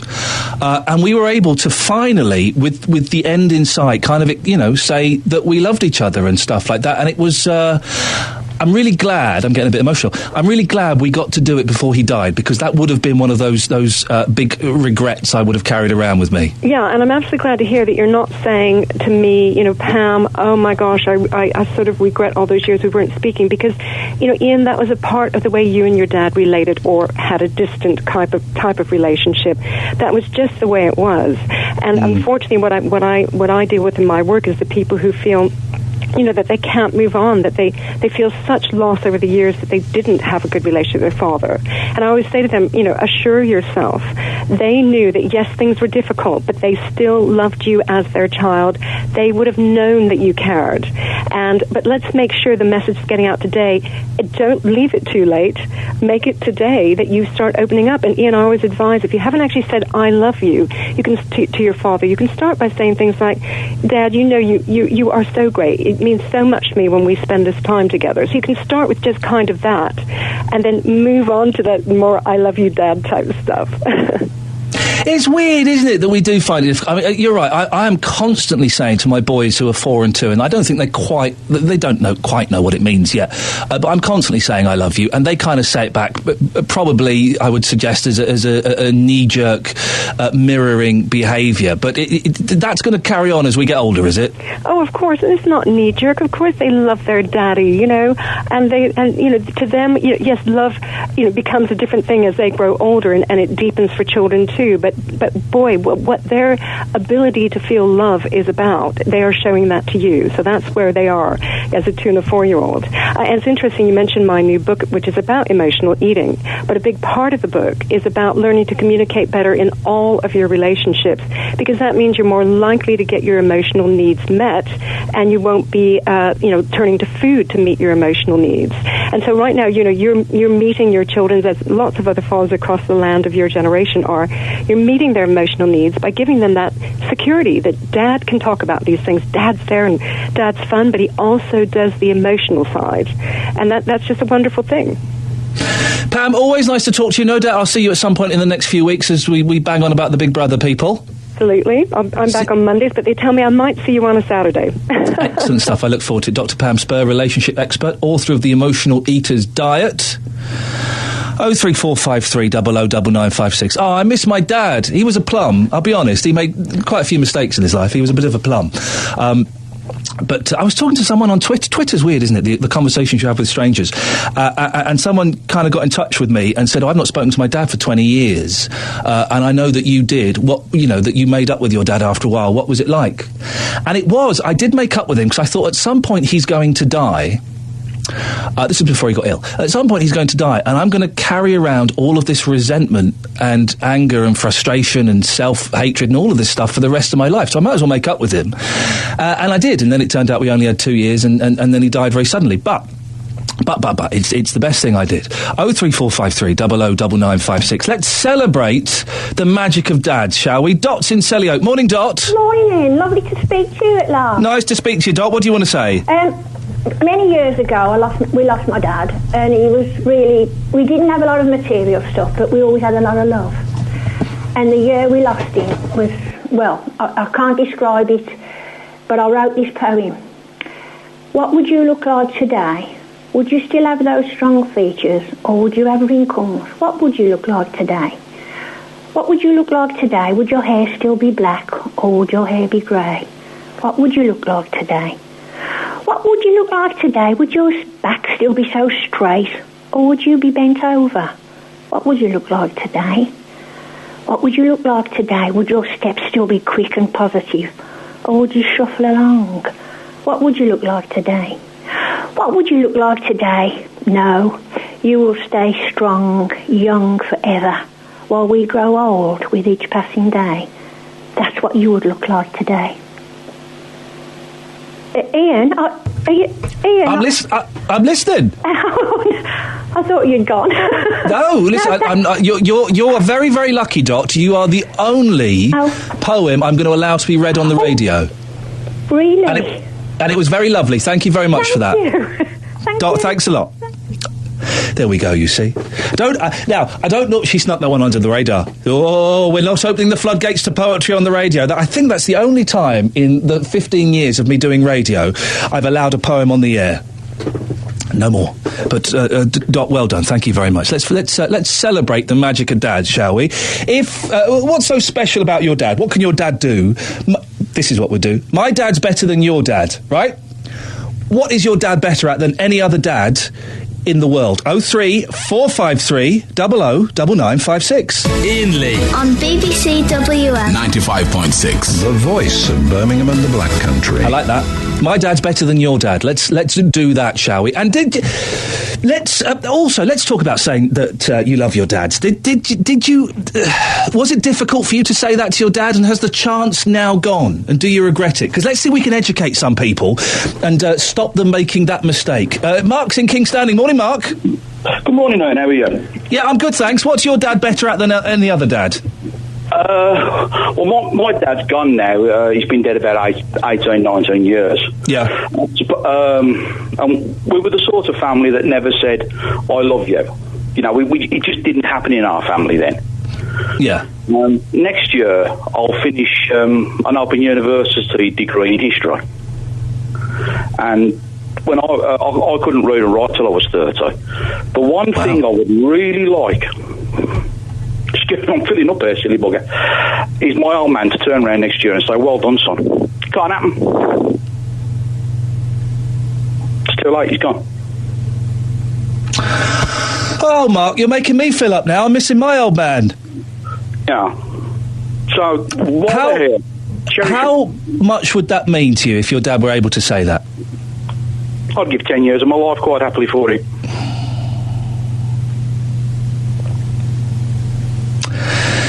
Yeah, I know exactly what you mean. You know, but were you ever able to express anything like that at all? No, it just wasn't done in our family. I mean, we knew he loved us and he would have done anything for us. He'd have walked over fire for us. But it just wasn't... We wasn't that sort of family. It was obvious we were loved and we were well cared for. He was never violent. He was never nasty. We were brought up really well, but by today's standards, we wasn't a very affectionate family. But there was lots of love in the house. There was always lots of fun. We were always mucking about, playing silly games, but we never hugged and we never said I love you. It just wasn't done in our family. You know that he did, though, don't you? Oh, yeah. No question. There's no question on now. But it would just be nice for him to turn around and say, excuse me, well done, son. Proud of you. Well, this is two blokes crying on the radio. You don't get that very often, do you? You know, no, I'm not a soft bugger either. You know, I've got several black belts in martial arts and whatever. But there you go. Mark, listen, I really appreciate your call, and I'm sure that wherever your dad is, he's very proud of you, and I'm sure he'll be there watching. I'm going to sniff, but I'm not crying. There we go. 03453 009956 is the telephone number if you want to give us a call. Hey, here's a good thing that you can do. Write your dad a letter. If your dad's not with you anymore, write him a letter and tell him everything. And then you can either read it out loud at his grave, or you can go and burn it, or do whatever. But that's kind of quite a cathartic thing to do. 03453 009956. We're playing My Dad's Better Than Yours as we celebrate the magic of dads today. And you want to get a little bit teary and a little bit emotional. Why the hell not? We can do that, I suppose, a little bit. My Dad's Better Than Yours. 03453 009956. It's weird. All of these things are kind of converging together. We started off talking about the blokes, topless blokes in the heat. My dad used to do the topless bloke in the heat thing, not so much towards the end, but I remember in the 70s. The 70s was full of topless blokes wandering around, wasn't it? Kind of hairy chests, things like that. But it is pretty grim and it is pretty gross, isn't it? So we've gone from topless dads, we've gone to tattoos, we've gone to bad parents, and should we punish financially bad parents or parents of naughty children? Now we're celebrating the magic of dads. It's all kind of linked up in some way. 03453 009956. Ranjit's on the line. Morning, Ranjit. Morning, mate. You right? I'm going to blow my nose, Ranjit. What do you want to talk about? I want to talk about dads and discipline, about the children, yeah? Go on then. Yeah, the thing about dads, you know, if you're in your 40s now, like I am, well, late 40s. I'm early 40s round you. Come on, don't age me. Yeah, but you've been put on the ropes a couple of times today again. Whoa, what are you talking about? I've not been on the ropes in the slightest. Oh, you have today. I think, you know that one. Should we just talk about dads first? Or you want to? Yeah, go on. Okay, I don't want to put you on the ropes again today. Radjic, you have never put me on the ropes, sunshine. I did last week, I think. You did not last week. You were talking out your backside. Okay. Anyway, let's talk about dads. Go on. Yeah, right. We were brought up by dads, yeah, that their dads were hard men, hard-working in foundries, coal mines and that kind of industries, yeah, where they went to work, brought money home, fed the kids, brought them up. And they didn't really, even though they were affectionate, they didn't know what affectionate meant, yeah. My dad, he's 72 nearly, yeah. He's never said to me he loves me, and I've never said to him that I love him, but we do love each other, yeah, because now my children, I've got a lad, he's 23, and I've got another lad, he's 16. He gives me a kiss every morning when he goes to school, yeah, and I always say I love you. But the older one, it seems to be like a macho thing, you know, I'm equal to you or I'm bigger to you, but deep down they do love each other. And I think people like me, when we get drunk and we get sentimental, that's the only time we say, oh yeah, Mum, I love you, oh Dad, I love you. And that's the way we were brought up.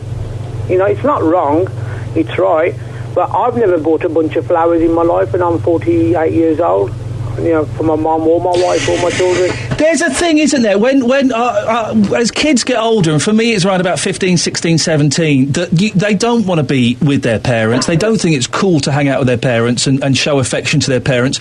And that can go on for quite a while. I'm sure your eldest lad will grow out of that, won't he? Oh, yeah, he does. Of course he loves me because he tells me, you know, his mum, he loves his dad, yeah? But, you know, even in nature, right, you know, when the old lion starts getting a bit older, yeah, the younger lion starts, you know, saying, listen, I'm the new king of the jungle. I think it's a lot to do with that. But, you know, like I say, the old men were brought up the hard way.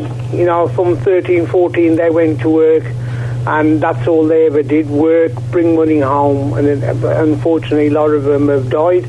And the new generation are probably a bit more politically correct, and that's got a lot to do with it. And the other thing I wanted to talk about was, you know, the children discipline and that. Why did Michael Gove saying that all these children that don't go to school are on benefits? He's demonising the unemployed again, you know?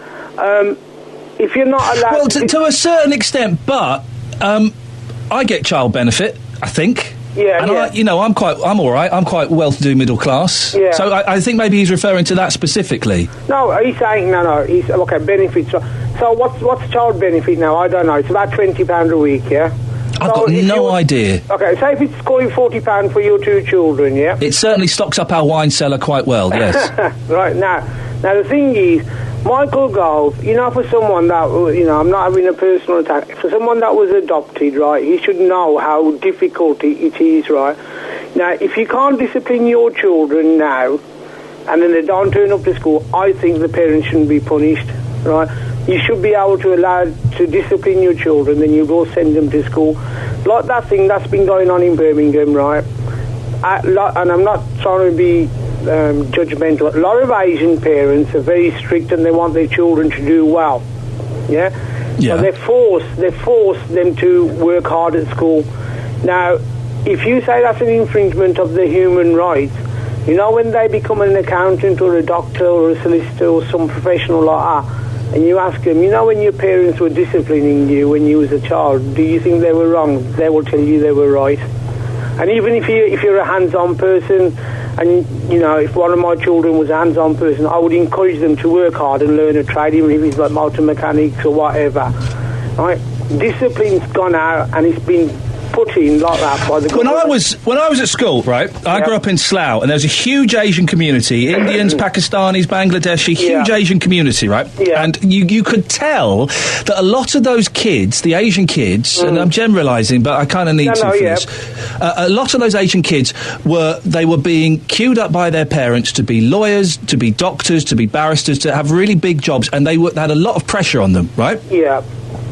An Asian girl killed herself because of the pressure that was being put on her. No, I totally agree with you. I mean... She killed herself in my school, my year. It was terrible. I'm 100% in agreement with you. You know, yes, you should push your kids to a certain limit, but not too far. Not to the point of where they're going to go and kill themselves, yeah? You should encourage them, right? But the thing is, when you tell children at school, if your parent disciplines you, it's an infringement of your human rights. Yeah, that if a kid wants to go on the straight and narrow. Now, when you say discipline, what do you mean? Do you mean a good wallop? No, you don't. Listen, I've never given my children a wallop. I've never done it. Right? I think one time my oldest son and my daughter, when they were about 3 or 4, they were fighting each other. They was going to get hurt. Give them a quick slap on the bottom, and that was it. I've never hit my... Well, hang on a minute. So you just said you don't wallop them, and then you just told me about how you wallop them. No, a wallop, a slap on the on the bottom, yeah?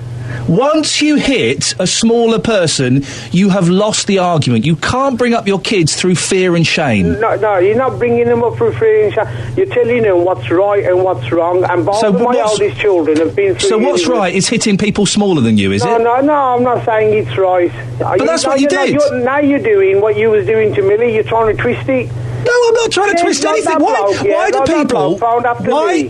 Why do people, when they are being challenged on their Neanderthal ideas, why do they think it's twisting? It's not at all. It's shining the spotlight on your inadequacy. How old are your children? 4 and 2. 4 and 2, right? You know, in another 2 years' time, they're going to be 6 and 4, yeah? So let me work that out. Hang on a second. Yep, that's right. They're 6 and 4, yeah? And they're going to be at an age where they're going to start probably wrestling and messing about, yeah? They're doing it now. Never going to hit them. Yeah, okay. So never going to hit them. No, suddenly they start... hitting each other with... They're doing it now? With violence. Or play... Yeah, they're wrestling all the time, then biting each other, yeah. Are they play fighting or is it violence?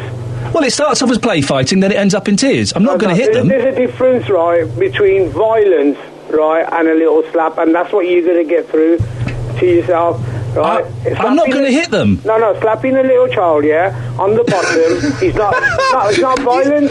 Ranjit, you just said the phrase slapping a little child is not violence. No, you're hitting a kid. No, that's not... The violence is punching them and hurting them. You're not hurting them. What you're saying to them is you're protecting them from banging their head against the wall or on the table.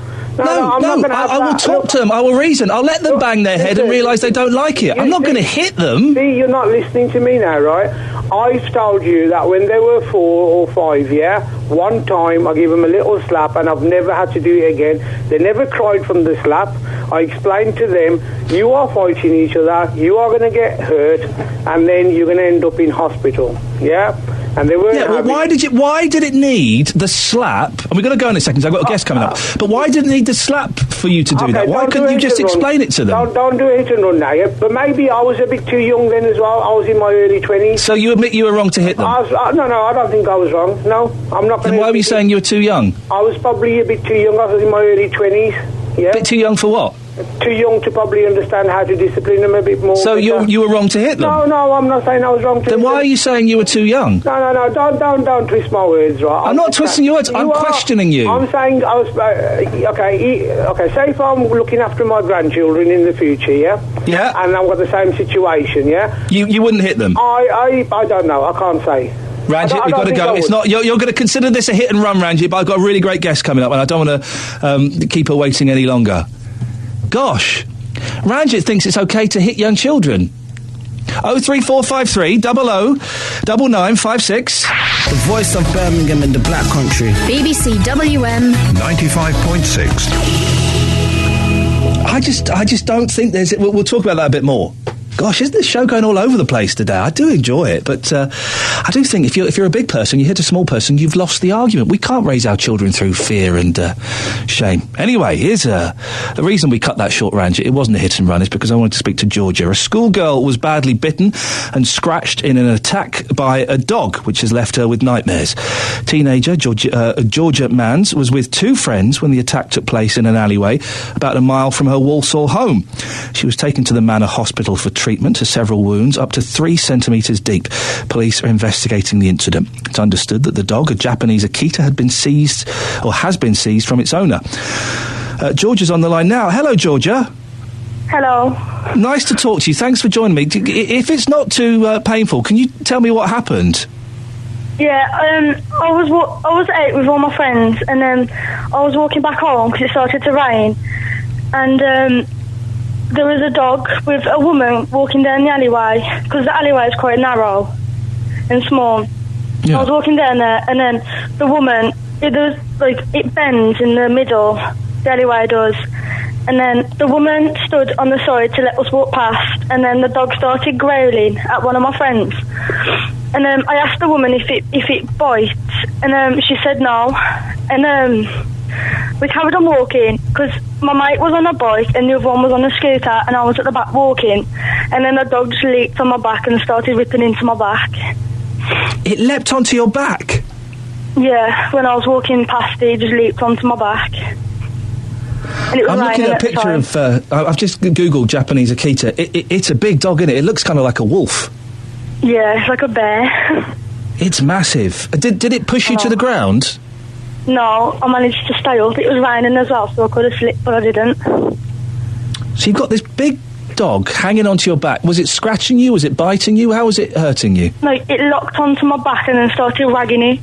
Yeah, and it got my bum, at the top of my bum cheek as well. Yeah. And that's where it punctured 3 times. That must have hurt a lot.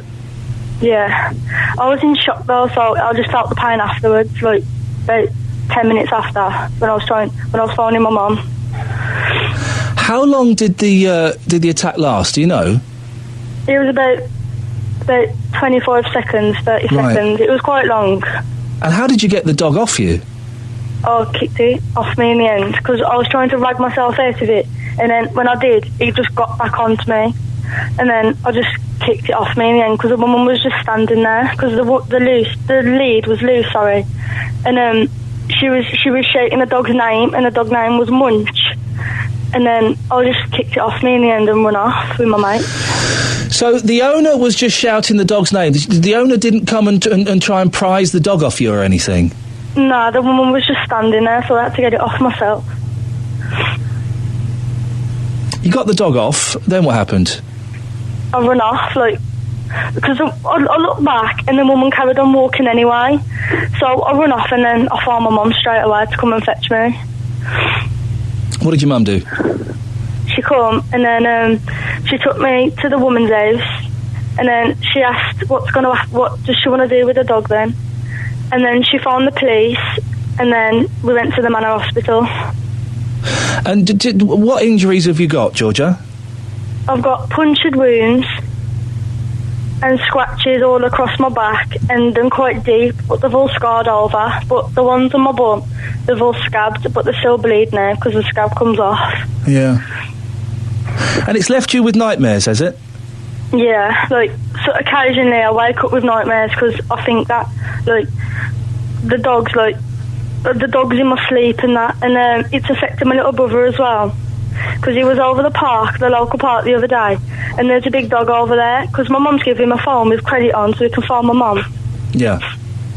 And then he phoned my mum crying because there's a dog over the park. So because of what happened to you, your younger brother is now afraid of dogs? Yeah, and I have flashbacks as well.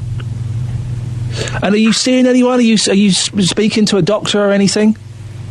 I don't know. Doctor? I don't know. Okay. Well, Georgia, listen, I wish you the best of luck in getting through this, and I really appreciate you coming on this morning and telling me your story. It's okay. Georgia, thanks very much indeed for your time. That's Georgia Manns there. What a terrifying experience. Attacked by a dog. You do kind of have to wonder. We can do the whole dog thing if you want. You do kind of have to wonder, don't you? It's a big dog. It looks like a wolf. Sure, and I'm a cat person. I don't get dogs. I'm not completely anti-dogs. I just don't get them. But if you're out walking a dog, they should be muzzled, shouldn't they? Shouldn't they? Oh, no, my dog would never attack anybody. That's what you're thinking if you're a dog owner. You just don't know that, though, do you? You just don't know. You've got no idea. They're wild animals. Oh, no, it's all to do with the training. My dog's trained perfectly. Is it? Is it really?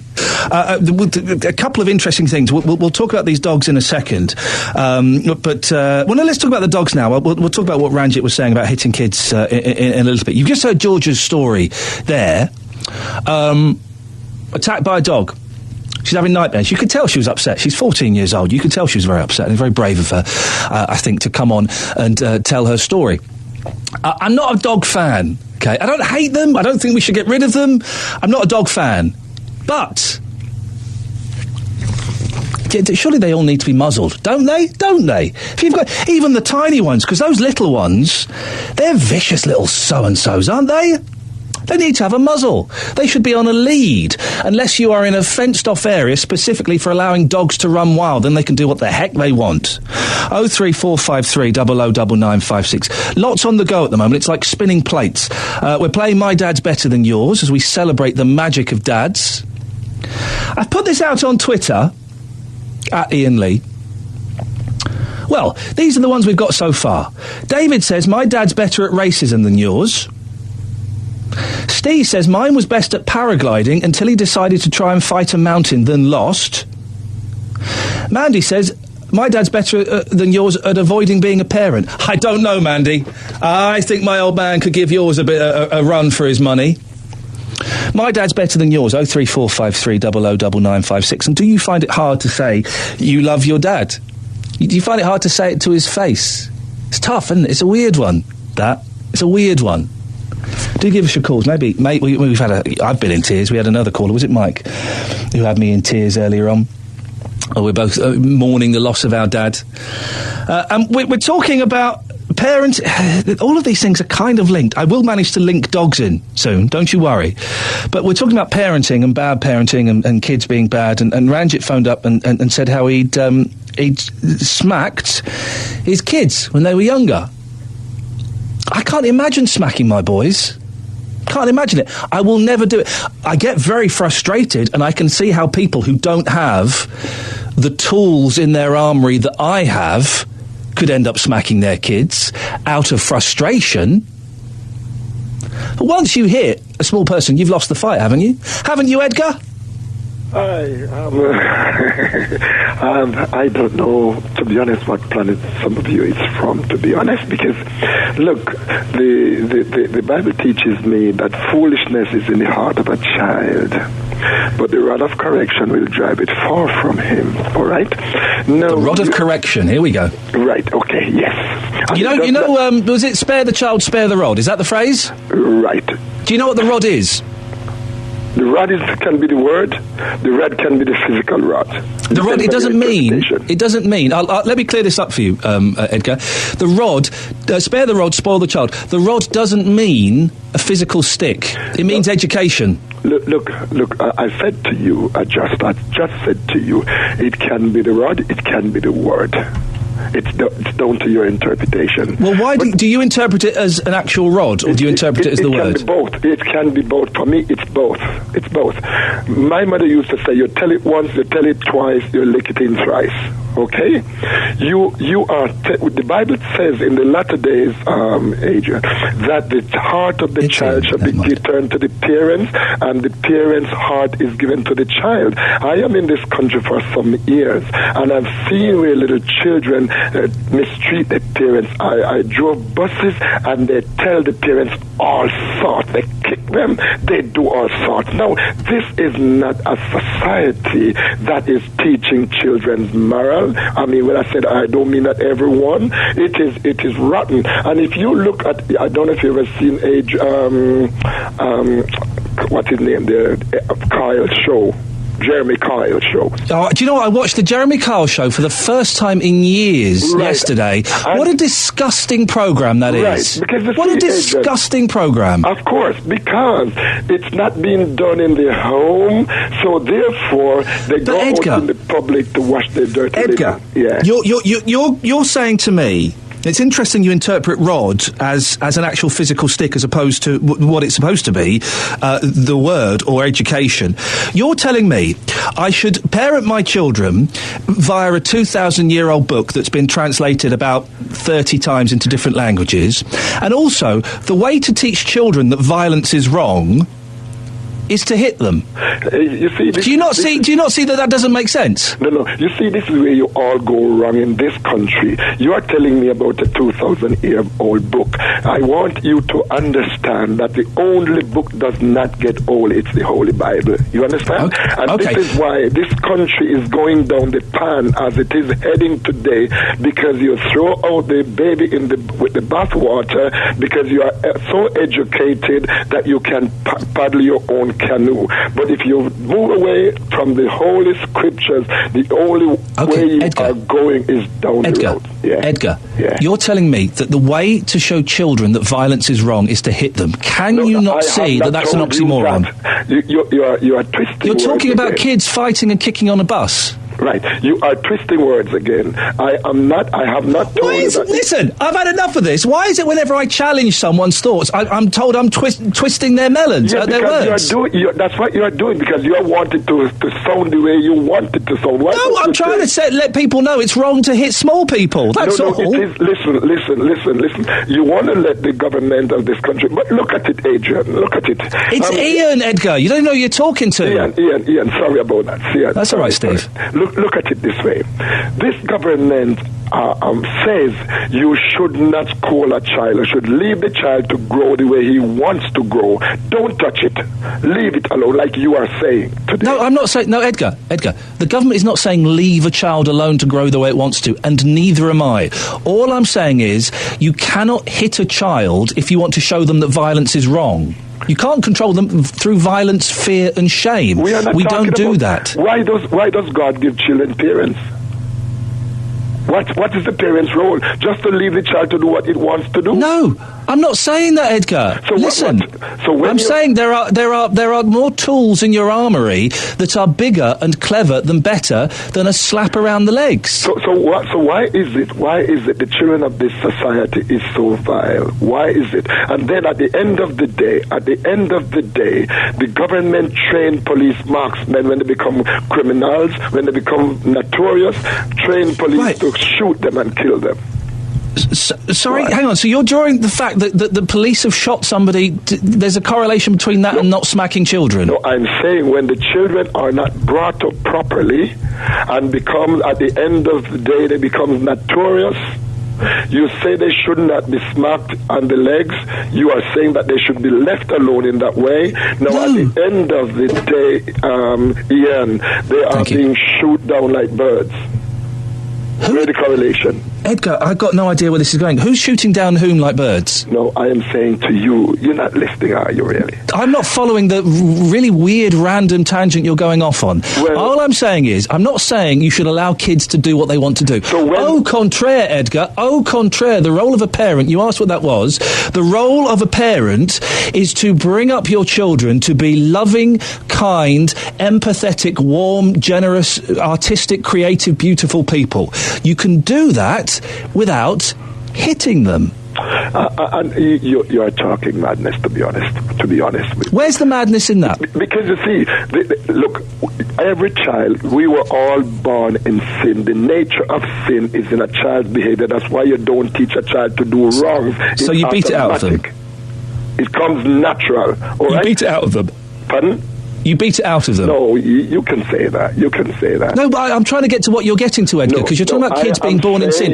No child is born in sin. Every child is born innocent and beautiful and perfect. It's the parents... Then you need to go back to the Holy Scriptures. No, I'm not going to go back to the Holy Scriptures. All children are born beautiful and perfect and wonderful and innocent. You are so wrong. You are so wrong. You Edgar, are so wrong. I'm going to let you go now, Edgar. Thank you very much indeed, because I'm not... Always got me a little bit angry. Every child, right? Every child, doesn't matter who their parents are, doesn't matter what, but every child is born beautiful and perfect and pure and innocent. It's what we do to them that messes them up. It's what we do as parents and as society that messes them up. Kids aren't born in sin. What a depressing outlook that is. 03453 009956 is the telephone number if you want to give me a call. Rob's on the line. Morning, Rob. Morning, Ian. We're all over the shop today, mate. You want to talk about muzzling dogs, do you? Yeah, you brought it up. If you remember, we had a little debate last week about cats and dogs. Oh yeah, You were the one. You were the one who had cats getting stuck up trees. Yes, well done. Yeah. What I was going to say to you is, for once, mate, I agree with you. I think all dogs should be muzzled when they go out in public. I muzzle my dog every time she goes out for a walk. Hang on a second. This is Rob, yeah? Yeah. You're agreeing with me? I am. Is it April the 1st? What's going on? It does confuse me and it does upset me when you see, and it's big and it's small dogs, the damage they can cause. And we heard Georgia's story there, and you could tell Georgia was very upset. And it is a rarity. It doesn't happen all the time. It's not all dogs, but it's not worth the risk, is it, Rob? No, as I say, I muzzle my dog every time, and you do get young children grab hold of the mother and say, "Oh, look at that dog, he's muzzled," and they shy away. But some do come up to me and say they bite. I said, "No, she doesn't bite." But the problem is, you see, I'll put that muzzle on for my peace of mind, because you never know. Thank you, Rob, for saying that, because you're right. So many dog owners phone up and say, "My dog would never do that," but you don't know, do you? No, it only takes, I don't know, somebody come past in the car, loud music, or a beep of a horn, or somebody dart out of an alleyway or drive and just startle the dog. You know, that muzzle is on that dog, and it gives me peace of mind. Rob, listen, I appreciate your call. Thank you very much indeed. 03453 009956. You just don't know. Oh, my dog would never attack anybody. You don't know. All it takes is something to scare it, a bee to sting it, a colour to distract it, and it's away. What a busy show. We're playing My Dad's Better Than Your Dad as well, if you want to give us a call. What's so special about your dad? 03453 009956. This is Iain Lee, BBC WM 95.6. The voice of Birmingham and the Black Country. You should take in other religions and treat them as you would want to be treated yourself. We are even more intelligent. They treated me with the utmost respect. Iain Lee, Saturdays 9 till 12. BBC WM 95.6. Suddenly it's 11 o'clock. Those first couple of hours have flown by. If you've just tuned in, where on earth have you been? Lots we've talked about, more to come. Let's have a cheeky little recap, shall we? The sun has got his hat on, and that's literally all of the lyrics I'm allowed to say on the BBC now after recent scandals. But what it's done is it's encouraged a load of blokes to walk around with their tops off. With their tops off! Is there anything more disgusting than blokes walking through shopping centres or towns or theme parks with their tops off? Why on earth do they do it? And I don't want to sound snobbish, but I'm going to. It's common blokes, and they'll always have tats. They might even have pierced nipples. It's really unpleasant. I don't want to see that. Have you done it? If so, why? Get in touch. You can text 81333WM. You can email ian.lee@bbc.co.uk. Phone number coming up soon. Other stuff we've spoken about. Should bad parents be fined? Should they have their benefits taken off them if their kids don't go to school, or if their kids are fat, or if their kids are misbehaved?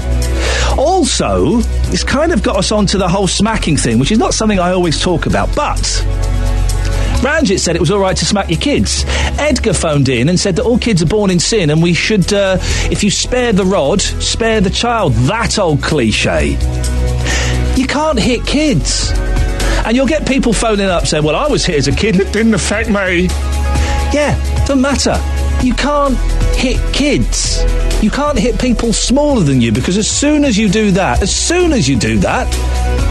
you've lost the argument. Particularly when you're trying to stop kids from fighting. What? By giving them a wallop? Doesn't work at all. Shame on you if you hit your children. And dogs. I feel like we should be talking about the legalisation of cannabis and bringing back hanging with these topics, but never mind. Dogs, they should all be muzzled. All of them. Oh, my dog would never bite anybody. You don't know that. 03453 009956. Have your say. Across the West Midlands, call 03453 009956. BBC WM 95.6. 03453 009956 is the telephone number if you want to give us a call. All dogs need to be muzzled. All of them.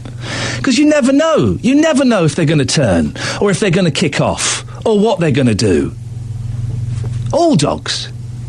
03453 009956 is the phone number. Mike Mullen is from the Dunsmore Canine Consultants in Coventry. He trains dogs and is a member of the British Institute of Professional Dog Training. Morning, Mike. Yes, good morning. We need to put muzzles on dogs, don't we? We don't really need to put muzzles on dogs. We probably need to put muzzles on some dog owners. I think we've got to get the thing right. It's not the dog owners that are biting children, is it? No, but it's the dog owner's fault if a dog bites someone because they haven't socialised or trained the dog correctly.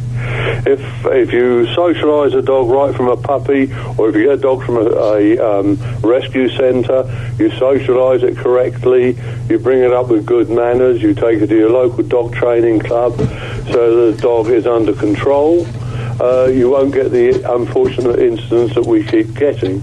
Also, the other side of the coin is a lot of people don't know how to approach a dog, and particularly children aren't taught how to either approach a dog or respect a dog. You can't blame it on the kids that are getting attacked. Well, no, it depends how and where they get attacked. Obviously, we can't talk about recent cases because it'd be sub judice, but there's too many instances where a child has not been taught not to walk up to a strange dog and stroke it. No, Mike, you can't put the responsibility on the kids. I mean, this girl we spoke to, Georgia, who's 14... it's the parents who have got to teach the kids.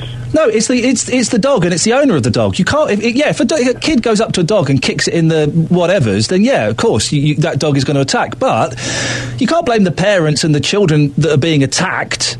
Not if someone's walking down the road and the dog attacks them, of course you can't. That is the owner of the dog, no ifs, buts or maybes about it. But if a child walks up to a strange dog and attempts to stroke it or cuddle it and gets bitten, then that is the child's fault. It's the parent's fault for not teaching the child if it doesn't do it. No, Mike, I'm quite upset and offended by that. Yeah, of course you should teach your kids how to do it, but if you've got a dog and it bites a kid, whether the kid has stroked it or not, ultimately it's yours and the dog's fault. If that dog was muzzled, then that kid wouldn't get bitten. Do you know, that is the most crazy situation I've heard in the 64 years I've been... Well, it's no crazier than you saying it's the kid's fault if he goes up and gets bitten by a dog. Well, there's 10 million dogs in this country at the moment. Right. 10 million. Every week of the year in this country, women get killed by their partners. You don't get two people badly bitten by dogs every week of the year. So, Mike, yellow card. I'm not going to let you make the comparison between domestic violence and dogs. There's no comparison at all, mate, and you know that. That's a low blow. There is, because if we're not prepared to socialise our dogs, train our dogs, and train our children, and train everybody else, then we're going to get an instance. Under the skin, a dog is a wild animal, but it's also now a domesticated animal. Regardless of the dog's breed, if it's brought up correctly, if it is socialised correctly, if it is trained correctly, that dog will not bite anybody. I've always kept a minimum of 5 or 6 dogs, and they've always been big, outgoing working breeds. German Shepherds, Dobermans, Rottweilers. I've done everything with them, from showing them, from working them, obedience competition, the whole works with them. In 64 years, I've never, ever, ever, ever had one of my dogs bite anybody. You've been very lucky. No, I've not been lucky. I've brought my dogs up correctly. Every time we hear a story of a dog attacking someone, the owners always say, "But he was so well trained. He was so well trained." Most times, a dog has bitten somebody. I've done over 300 court cases, so I really do know what I'm talking about when it comes to assessing temperaments of dogs. And the amount of times I've been called in by the defence to go and look at a dog that's bitten someone, and I've gone to look at the dog. Some of the dogs, not a problem, I can get them home. An awful lot of the dogs have been brought up terribly, they've been treated terribly, they've actually been brought up to be nasty, and they're the dogs that are biting people. You get these young lads who walk a dog down the street on a lead, never, ever, ever socialise it, never, ever attempted to train it. All they've tried to do is bring the wrong side of the dog out, because they think it's clever to have an aggressive dog on the end of the lead. Now, that's that's the sort of dog that's going to bite somebody. It's not always, Mike. It's not always the case. It's not always the case. It's quite often it's family pets as well that do it, that have been trained. The thing is, you've said it yourself. A dog is a wild animal. We've domesticated it, but it's still a wild animal. That instinct is within there. You cannot control it. You cannot train that instinct out of that wild animal 100%. You just can't do it. Well, unfortunately, I disagree with you strongly there. And that terrifies me. I've been responsible for the training of somewhere in the region of 9,000 family pet dogs and probably about 3,000 working dogs. Well, you want to put the blame on the kids that go and stroke a dog for getting attacked, which I think is shocking. I think that's disgusting. If a child walks up to a strange dog and gets bitten, it's the kid's fault. Well, of course it is, because it should have been the child should be brought up not to approach a strange dog. The owner should be brought up to bear in mind its environment and everybody around. Can I just put this out there? Am I completely wrong on this? Mike is suggesting that if a dog bites a child because the child has walked up to it, it's the child's fault. I strongly disagree. 03453 009956. Maybe I've got this completely wrong. I nearly swore then, Mike. That would do none of us any favours. Absolutely. Mike, stay there. Mo's in Tamworth. Mo, you want to join in, do you, Mo? I do, yes. Go on. I'm familiar with Mike through Radio WM. He's been on many times over the years. And of course he has, wrong, yes. But I do think he's wrong on this one regards to children. But Ian, listen. Go on. Large dogs, especially, by law, should be muzzled. When I see a dog with a muzzle on, I immediately feel safe. I immediately feel relief. You know, other people, if I feel that, other people must feel it. And most of the problems, the most serious ones, come from, and Mike would agree, come from people who are called and are irresponsible owners. Yep. They don't socialise their dogs. I've got people in my area, 3 of them in the direction that I'm looking at the moment, that do not walk their dogs. No, a dog needs... Well, that's bad, and you'd have to... Yes, obviously that's bad dog owning. But Mo, stay there, because Terry's in Perry Bar. Terry, you disagree with Mo. You wouldn't want to put a muzzle on your dog, would you? Well, my dog in particular, because he has been trying to socialise. But there is one thing that I always do, and it's not fear. It's when he takes me for a walk, and there's a child in a pram on the same side of the road, just for respect, I cross the road. But he loves people and people love him. Taking you for a walk, it implies your dog's got the control and not you. No, I realise that, but it's my fault. I've humanised him too much. But the reason I let him lead the way is because let him go where he wants to go. Otherwise, if I'm in control of the walk, I take him where I want to go. But Terry, you don't know, you never know with a wild animal, and this is the point I'm trying to make. I know Mike strongly disagrees. We'll get you back in a second, Mike. Yeah. You never know with an animal what it's going to do. Surely, just to be on the safe side, you should put a muzzle on it. A muzzle doesn't hurt a dog, does it? Well, he'd probably be in distress, and he's only a tiny thing anyway. Yeah, but those tiny things are vicious little so-and-sos. No, he's not. He's adorable. But then again, I think it's the owners rather than the dogs. And what annoys me more than anything, just to get slightly off the subject, I do wish that these idiots will clean their mess up after them. I always do.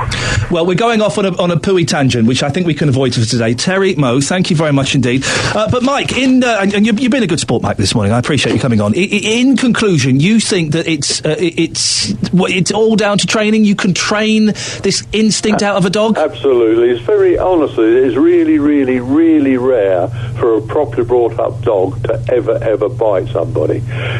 If by law every dog had to have from birth a logbook, the name and address of the breeder, the new name and address of the new owner, the name and address of the veterinary surgeon, and the details of the dog training club that dog had to go to.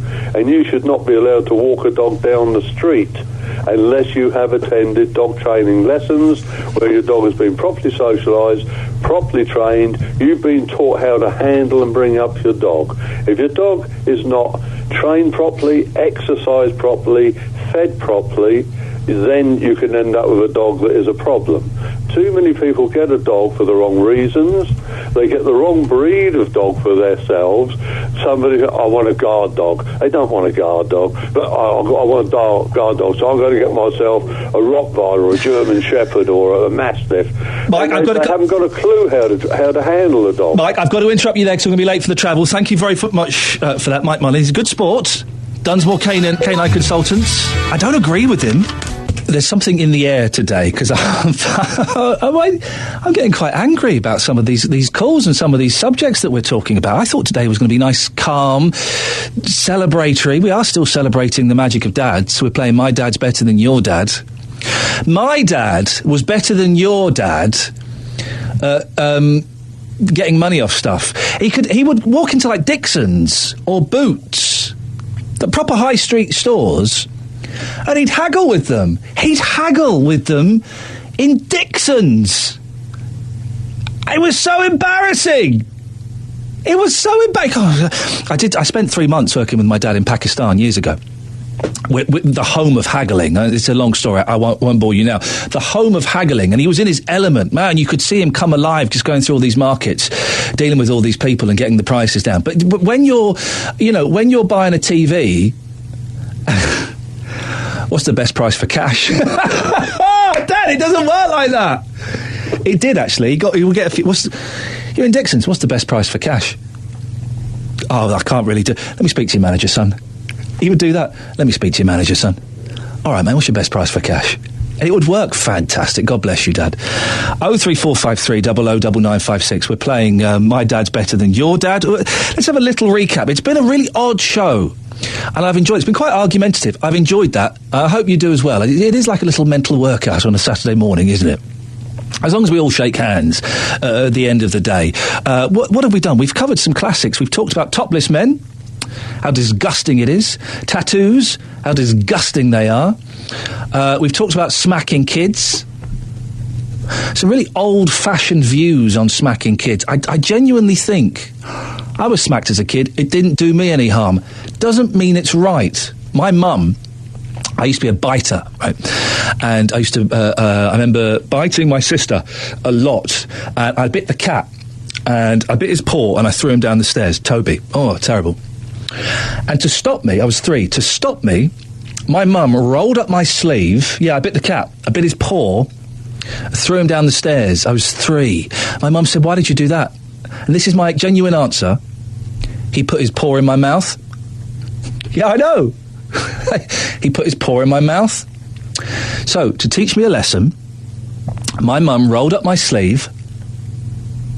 She sunk her teeth into my forearm. She bit me. Now, it didn't do me any harm, and I never bit again. But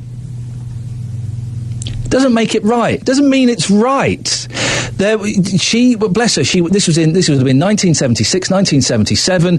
She didn't have the tools in her toolkit that I've got now, that we've got now as a society.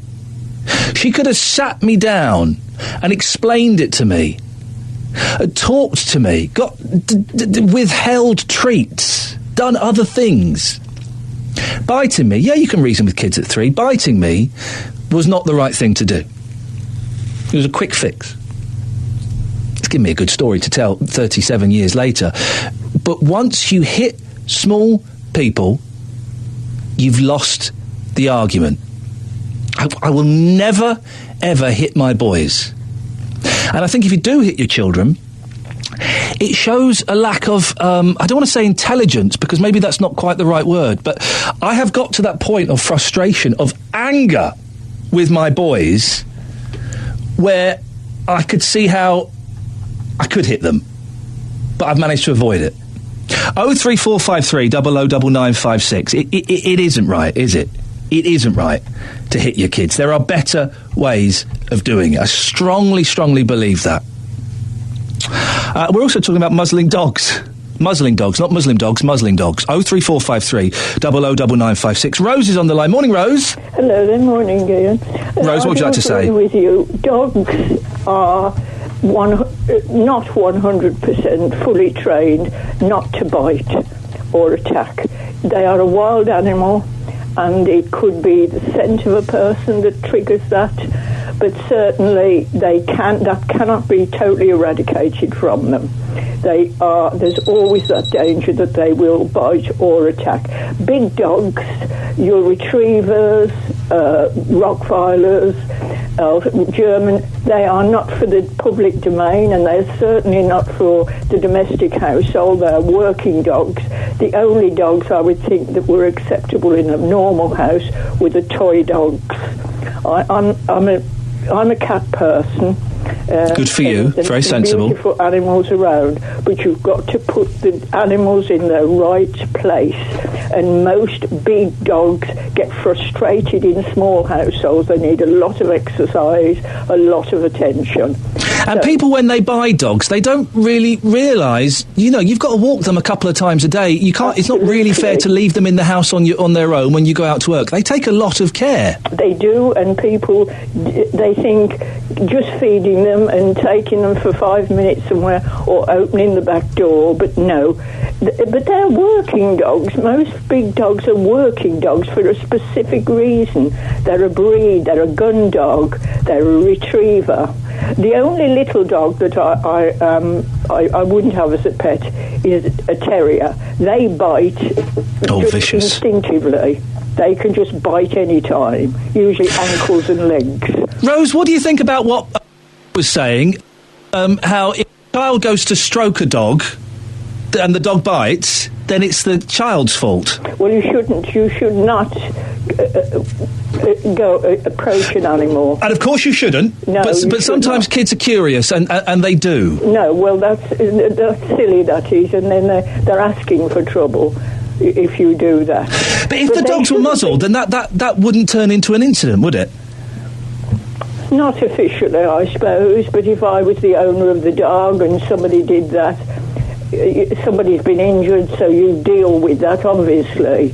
But as far as somebody prosecuting you, but there again, as I'm saying, big dog. If it's a big dog, they should not be in a public area, except, of course, the one and only who do wonderful work, and that's guide dogs. Those are the only dogs that can be. But even then, you've got to be careful. You're not allowed to touch those dogs anyway.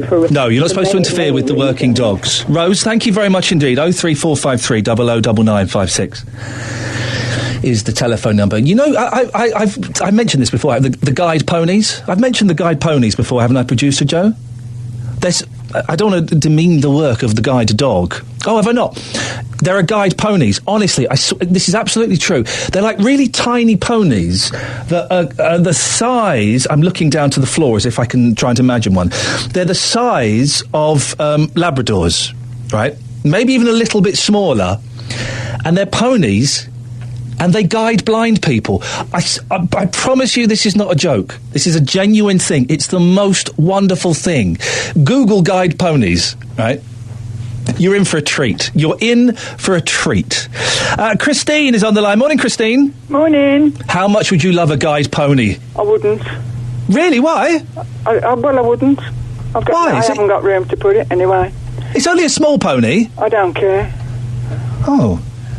They're so cute, though. No, they might be cute, but I would prefer a baby elephant. A baby elephant? Yeah. Wowzers. I love elephants. Why elephants so much? I just do. It's the only animal that cries real tears, and it's the only animal that you can accept as almost being human. Hang on. You're talking about elephants, not monkeys, yeah?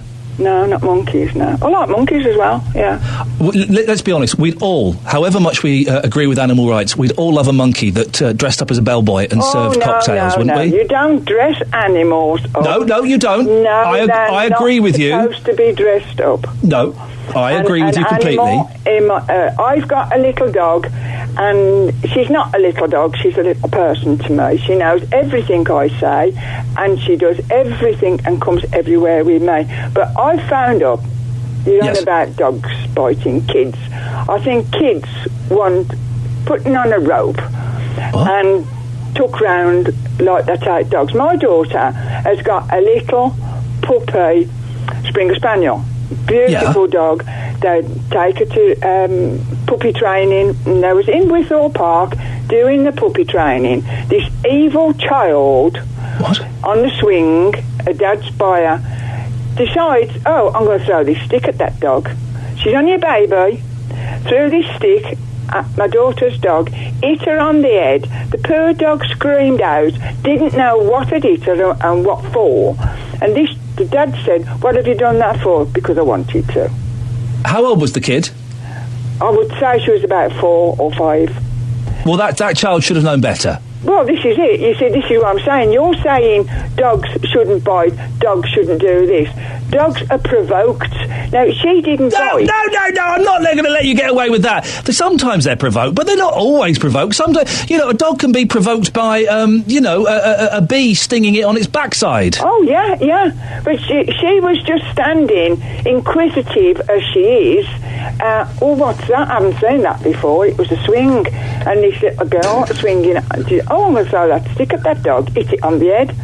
Now, that is going to make her, if my daughter and son-in-law weren't responsible people, that would make that dog wild and angry.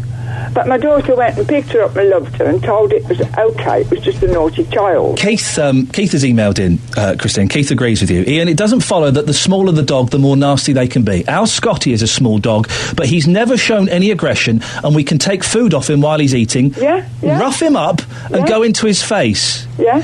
It's the bad owners who cause bad dogs, and I've come across some very nasty cats. It's what you tell the dog to do. Now, no, they can you're wrong. put bits in front of her, a bit of food, and say, leave. And she will sit and look at it. And she will leave it there, staring at it, until they say, okay, you can have it. And then she'll take it. She's a gorgeous little dog. She will be trained eventually to be a gun dog, because that is what they are. Springer Spaniels are gun dogs, and they're trained to go and fetch. She won't be doing that because they only do clay pigeon shooting. So they can't go fetching clays. But as for dogs, some dogs, I don't like Staffs, and I don't like Rottweilers, and I don't like not Labradors, the other big dog. Yeah. But I, at my age, I'm 74, but I wouldn't be daft enough to go up to a dog, a big dog, and stroke it. I mean, there's a fella by me got a beautiful. Yeah, but you're not 4 years old, Christine. No, a 4-year-old might do that. This is what I'm saying. Children are worse than the dog. No, you can't. You can't blame a child, a 4-year-old child, for going up to a dog and stroking it. No, for throwing a stick at it. Yeah, well, that's a different thing. If a 4-year-old child runs up to a doggy to stroke it and the dog bites it, that is the dog's fault. Yeah, no, my little dog, people come to me and, what a lovely little dog. And I always say, don't touch her, because I don't know whether she never has, she's 10 years old, she never has bitten anybody or gone for anybody. Yet. But I always say, and especially children, don't touch her, because she doesn't like children. She might go for you. Christine, thank you very much indeed. 03453 009956. I didn't finish Keith's email. First of all, he says it's the bad owners who cause bad dogs and cats, and I've come across some very nasty cats on my rounds when I worked. Well, do you know what? My nan's cat, Ozzy, was he was an indoor cat, a house cat, and he was a very nasty piece of work. But then Keith says children do far worse than any dog. Perhaps kids should have muzzles. Well, it doesn't. Why are kids getting such a hard rap today? Have I missed something? What's going on? 03453 009956. Saying that, Keith, I've noticed there's a bit of a comeback for what I used to wear in the 70s. No, not flares, nor dungarees. Those reins. My mum used to make me wear reins when I was a kid. And I would be like walking a dog. And I thought we got rid of them, but they've started to creep back in recently. Have you seen those? Terrible things. Irene, are you there? Ian. Hello, Irene. What would you like to say? Well, I've been a dog trainer for over 25 years. I've trained all breeds of dogs, basically German Shepherds at first. Now I train all breeds. I owned 2 German Shepherds myself. I've owned 2 or 3 dogs. Yeah. I've now only got the one dog left because I've just lost one. Didn't lose him; he died. I've got a I've got a 9-year-old white German Shepherd. She's as soft as a brush, and she's also a pat dog. All right, I don't work as a pat dog for the last 12 months. What does a pat dog mean? It's pets as therapy. Oh, okay. You can take them into schools and hospitals. Yeah, and we spoke to someone last week about that kind of stuff. Yeah, and she's as soft as anything. But I wouldn't say she wouldn't protect me because she's a guard dog. She's also a working pat dog. Well, when she was working, but she will guard me. So I would be careful of who approached her or who was approaching me, and I would tell her to sit and wait. And then I'd tell them, whoever it was, to stroke the dog after I'd authorised it. And that is being a responsible owner. That is being a responsible owner, and you're right. That, I think there are owners who are they're idiots. They shouldn't have the right to vote, let alone be able to own a dog. Because you do see a certain type of lad or a certain type of bloke who wears tracksuit trousers, has got tattoos on his neck, that's walking a dog that's just basically an extension of his willy. That's what they're doing, isn't it? Yeah. But I've seen them myself. But there are still people who train their dogs and bring their dogs up well, and those dogs still turn. It's a wild animal. You can never know. Yeah, sure, it's a wild animal, but you can control it. You can't. I don't think you can ever take the wild dog out of it. Yeah. But you can train it to behave and be a reasonable behaved dog. Hey, Irene, talking about certain types of blokes, did you see any blokes walking around yesterday with their tops off? No, because I wasn't out yesterday. Not only to my dog club on last night. Oh, did you not go out? It was gorgeous yesterday. I was in the Guardian. Oh. Do you like it when you see topless blokes walking around? How does it make you feel? Not really. Not if they've got big flabby tummies and tattoos and... What if it was a Brad Pitt walking around? Would that make a difference? Oh, yeah. If they've got a nice six-pack. Irene, thank you very much indeed. She just melted a little bit there. Oh, yeah. See, I don't get it. If they're fat, flabby blokes with hairy backs and tats, it's disgusting. And if they're buff blokes with six-packs, well, it's intimidating. I feel less than. So, no, not a fan at all. 03453 009956. Marie's in Cosley. Morning, Marie. Morning. What would you like to say? I had my dog put to sleep about 8 weeks ago. Oh, I'm sorry to hear that. No, you're not sorry. She had a cat. Oh, blimey. Well, I'm not sorry. What happened? I knew you'd say that. No, I am sorry too, because people who don't own pets don't realise how important they are and that they become members of the family, don't they? Yeah, they do. But at the end of the day, it's an animal. Wow, you don't sound that bothered. Yes, I was bothered, but I was less bothered because the fact is I've got 7 grandchildren, right. And after I saw her turn on this cat, how long it took me to get the cat off her. I thought, so what happened then? The cat wandered into the house, was sitting in the conservatory, and she just had it. Clamped onto it for about 10 minutes. I couldn't get her off. Fortunately, she only had skin, so I managed to get the cat out of her mouth and throw it out the door. I think the cat survived. But I got a blood poisoning, infected elbow off the cat, and I thought if that was one of my grandchildren, I just wouldn't take the risk. So what type of dog was it? It was an English Bull Terrier. Okay. Oh, okay. Why would you get a dog like that? Well, I didn't actually want to. It was my daughter's, and then when she had a baby, I said I'll have the dog because I don't trust her, and I had her for 6 years, and I never took her out where there was children. She was in a cage in the house. I thought I'd got her under control, but obviously not. So she had to go. So hang on a second. You kept the dog in a cage? No, I didn't keep her in a cage. When I had my grandchildren round, right. She was caged. Okay. And Mike Mullins has been on, and I've had a lot of advice off him, and I think he's a fabulous bloke, but I disagree with him about it being the kids' responsibility. I think totally no. It's the owner's. So, as a responsible owner, I have her dispatched. And had the dog ever done anything like this before, or shown any kind of instincts like this, aggressive instincts? She wasn't aggressive. That's the thing. It wasn't the aggression. it was after listening to that little girl, it was just the fact that I couldn't get her off. Yeah. And I thought, if this was a child, I wouldn't stand a chance. So I thought, I'm not going to take the chance. She's had 6 good years with me. Goodbye. Can I get permission to speak freely, Marie? Yeah, go on.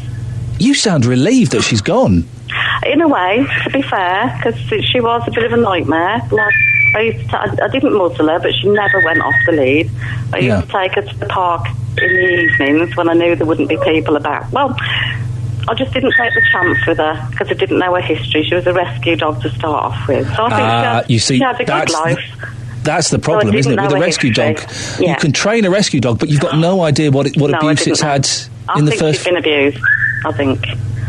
So, but she had 6 good years, but she wouldn't. What's that in the background?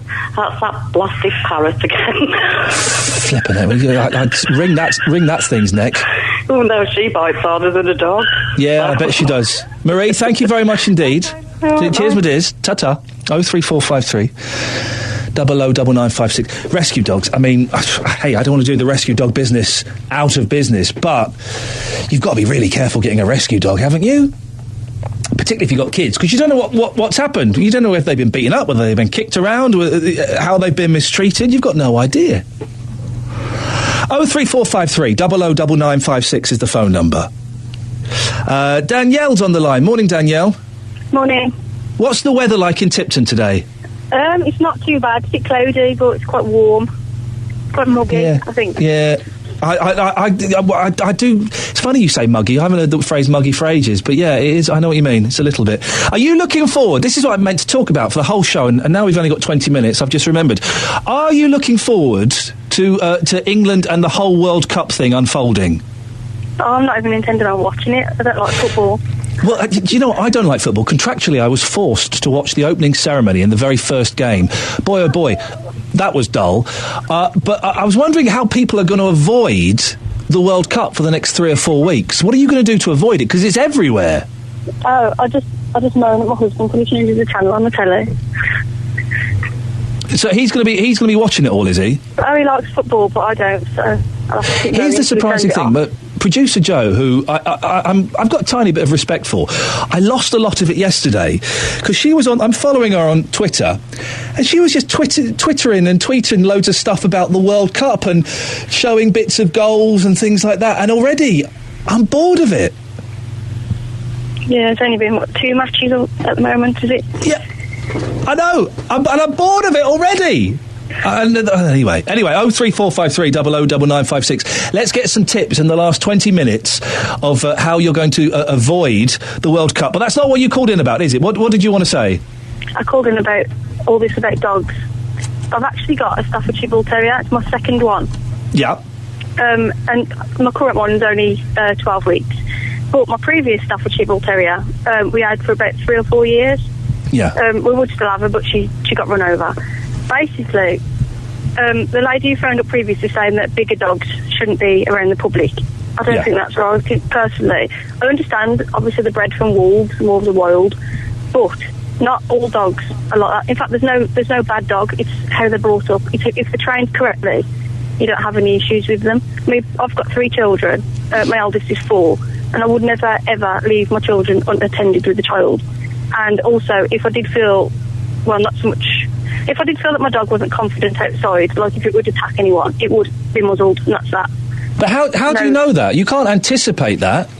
The only thing my dogs ever do is lick. They don't growl or bark or anything. So what have you done? How have you trained them so that you have completely crushed that animal instinct from them? Well, I don't really let them bark or growl. I've never let them do that. If they do that, they have to go in their own, like, because obviously we've got a tall baby gate between our kitchen and living room. Right. If they ever seem like, obviously children can be a bit much. If they ever seem like they're getting a bit fed up, they have to go in their bed, in the kitchen, and the children aren't allowed around them. That dog could get over that baby gate, though, couldn't it? Well, no, it's 5 foot.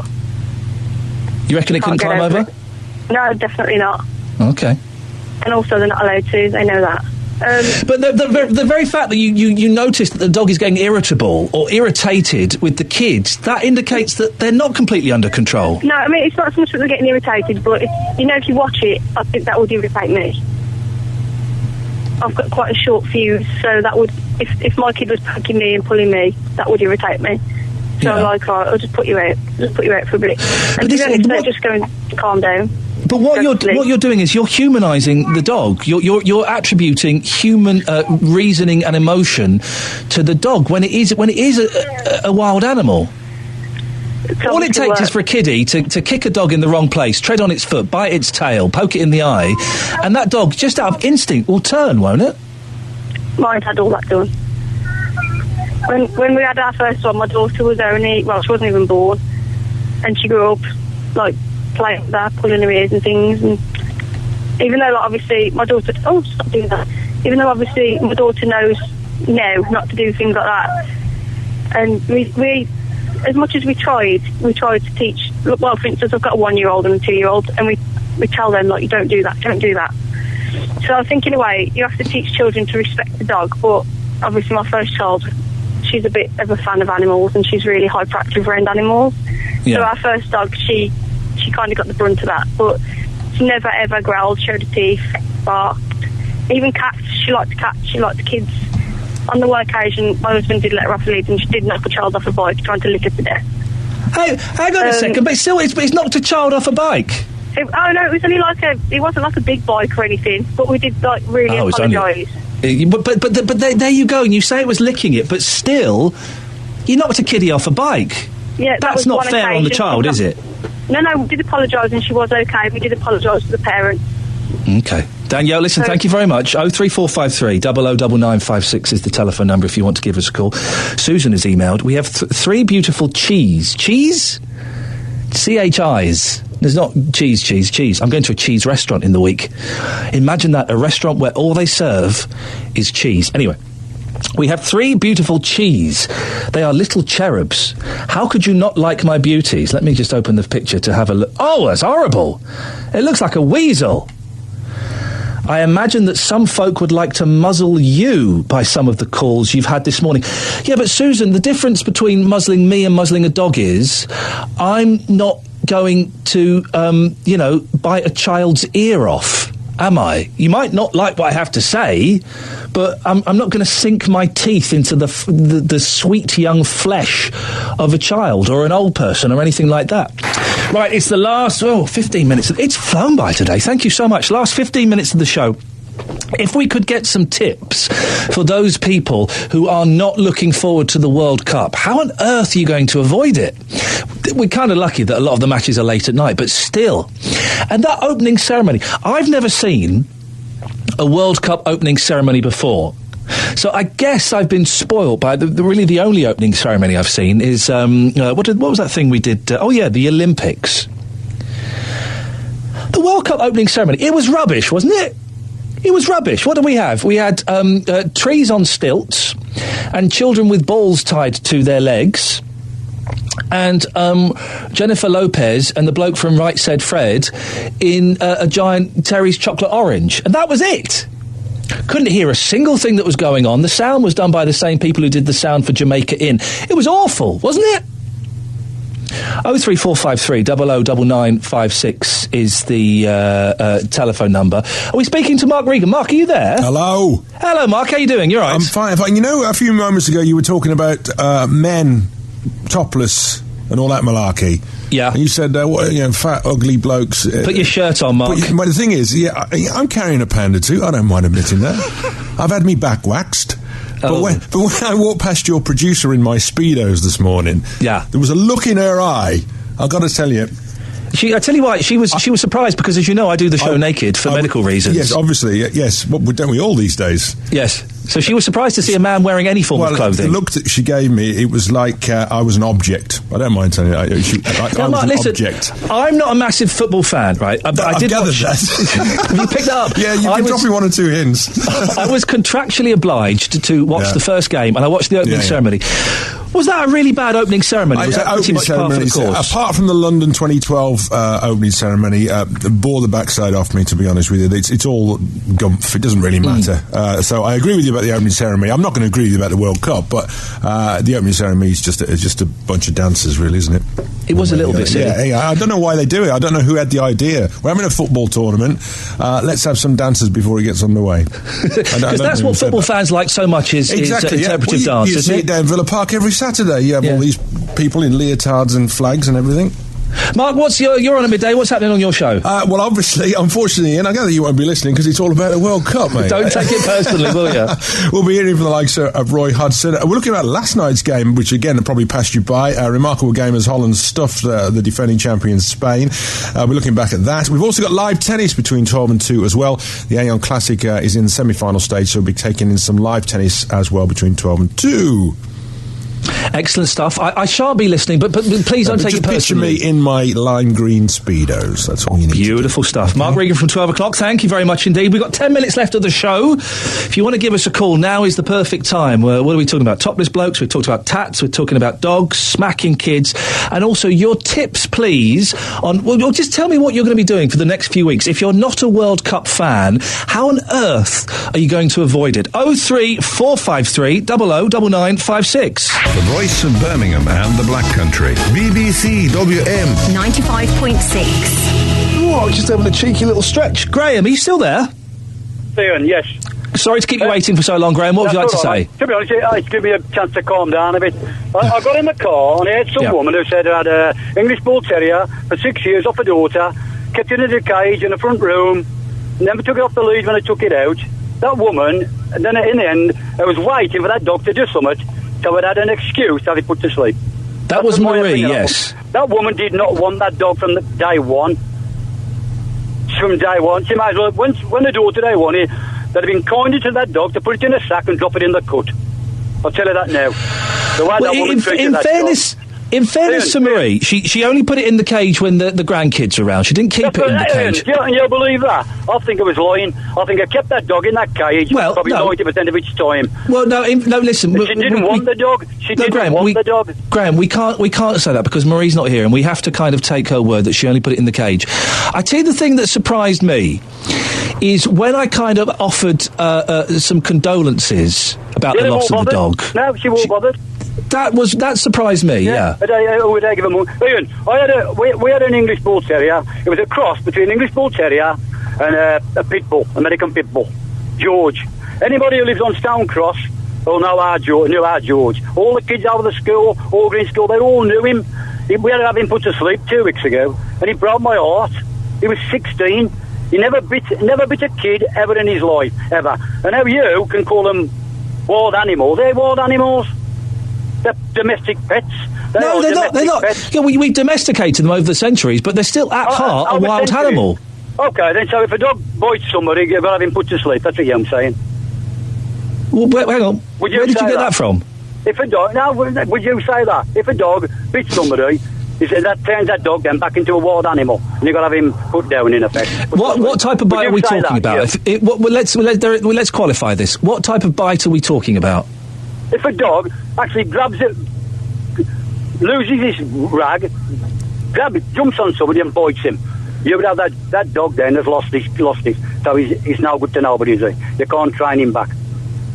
How serious? What kind of bite is it? A proper bite, full mouth, proper bite, draws blood, proper bite. Yeah, put it down. Put it down, yeah. Okay, then. Now, you're on about the World Cup. Right, there's people playing the World Cup. A bloke lost his cool, completely lost it, grabbed somebody, pulled them to him and bit him and made him bleed. What do you do with that person? Put them in prison. Well, why wore Suarez put in prison then? Sorry? He did that bloke. Why wore Luis Suarez put in prison? You could have one law for one set of... Years ago, we was wild animals. That's what we were. Graham, I don't know the point that you're making. I don't know the point is, why if a dog loses it and bites somebody, it reverts back to type. But if a human what are you saying? Are you suggesting we get a prison for dogs? No, I ain't saying that. I'm saying that every dogs aren't wild animals. Dogs are domesticated pets, and if you treat them properly, look after them, get plenty of exercise, and in effect love them, then dogs won't do that. It's the owner. Oh, this is the problem. This is the problem I'm having with some dog owners, is their arguments are so inconsistent. So you're talking about a fictional dog that's sunk its teeth into a child and has drawn blood. Yeah, and what you think? It happens, doesn't it? It happens. Okay.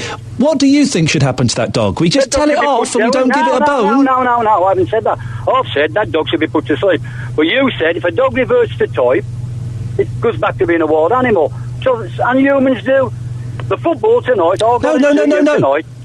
The football tonight, in all the pubs, human beings will revert to type. They'll have too much beer, and they will revert to type, and there will be trouble. Yeah. I don't see the connection. I didn't say the dog reverted to being a wild animal. The dog is always a wild animal. No, I don't think so. Of course it is. Its inherent being is its wild animalness. So humans are always... Well, we was wild animals years ago. We're an animal. We used to eat people. Yeah, but we've got language. We've got art. Dogs have neither of those things. That's what separates. That's one of the many things that separates us. Sorry? How do you know my dog used to understand what I was telling him? No, because the dog understands the tone of your voice. It doesn't understand the words. Dogs don't have language. They don't go around discussing things. They certainly don't go around discussing art.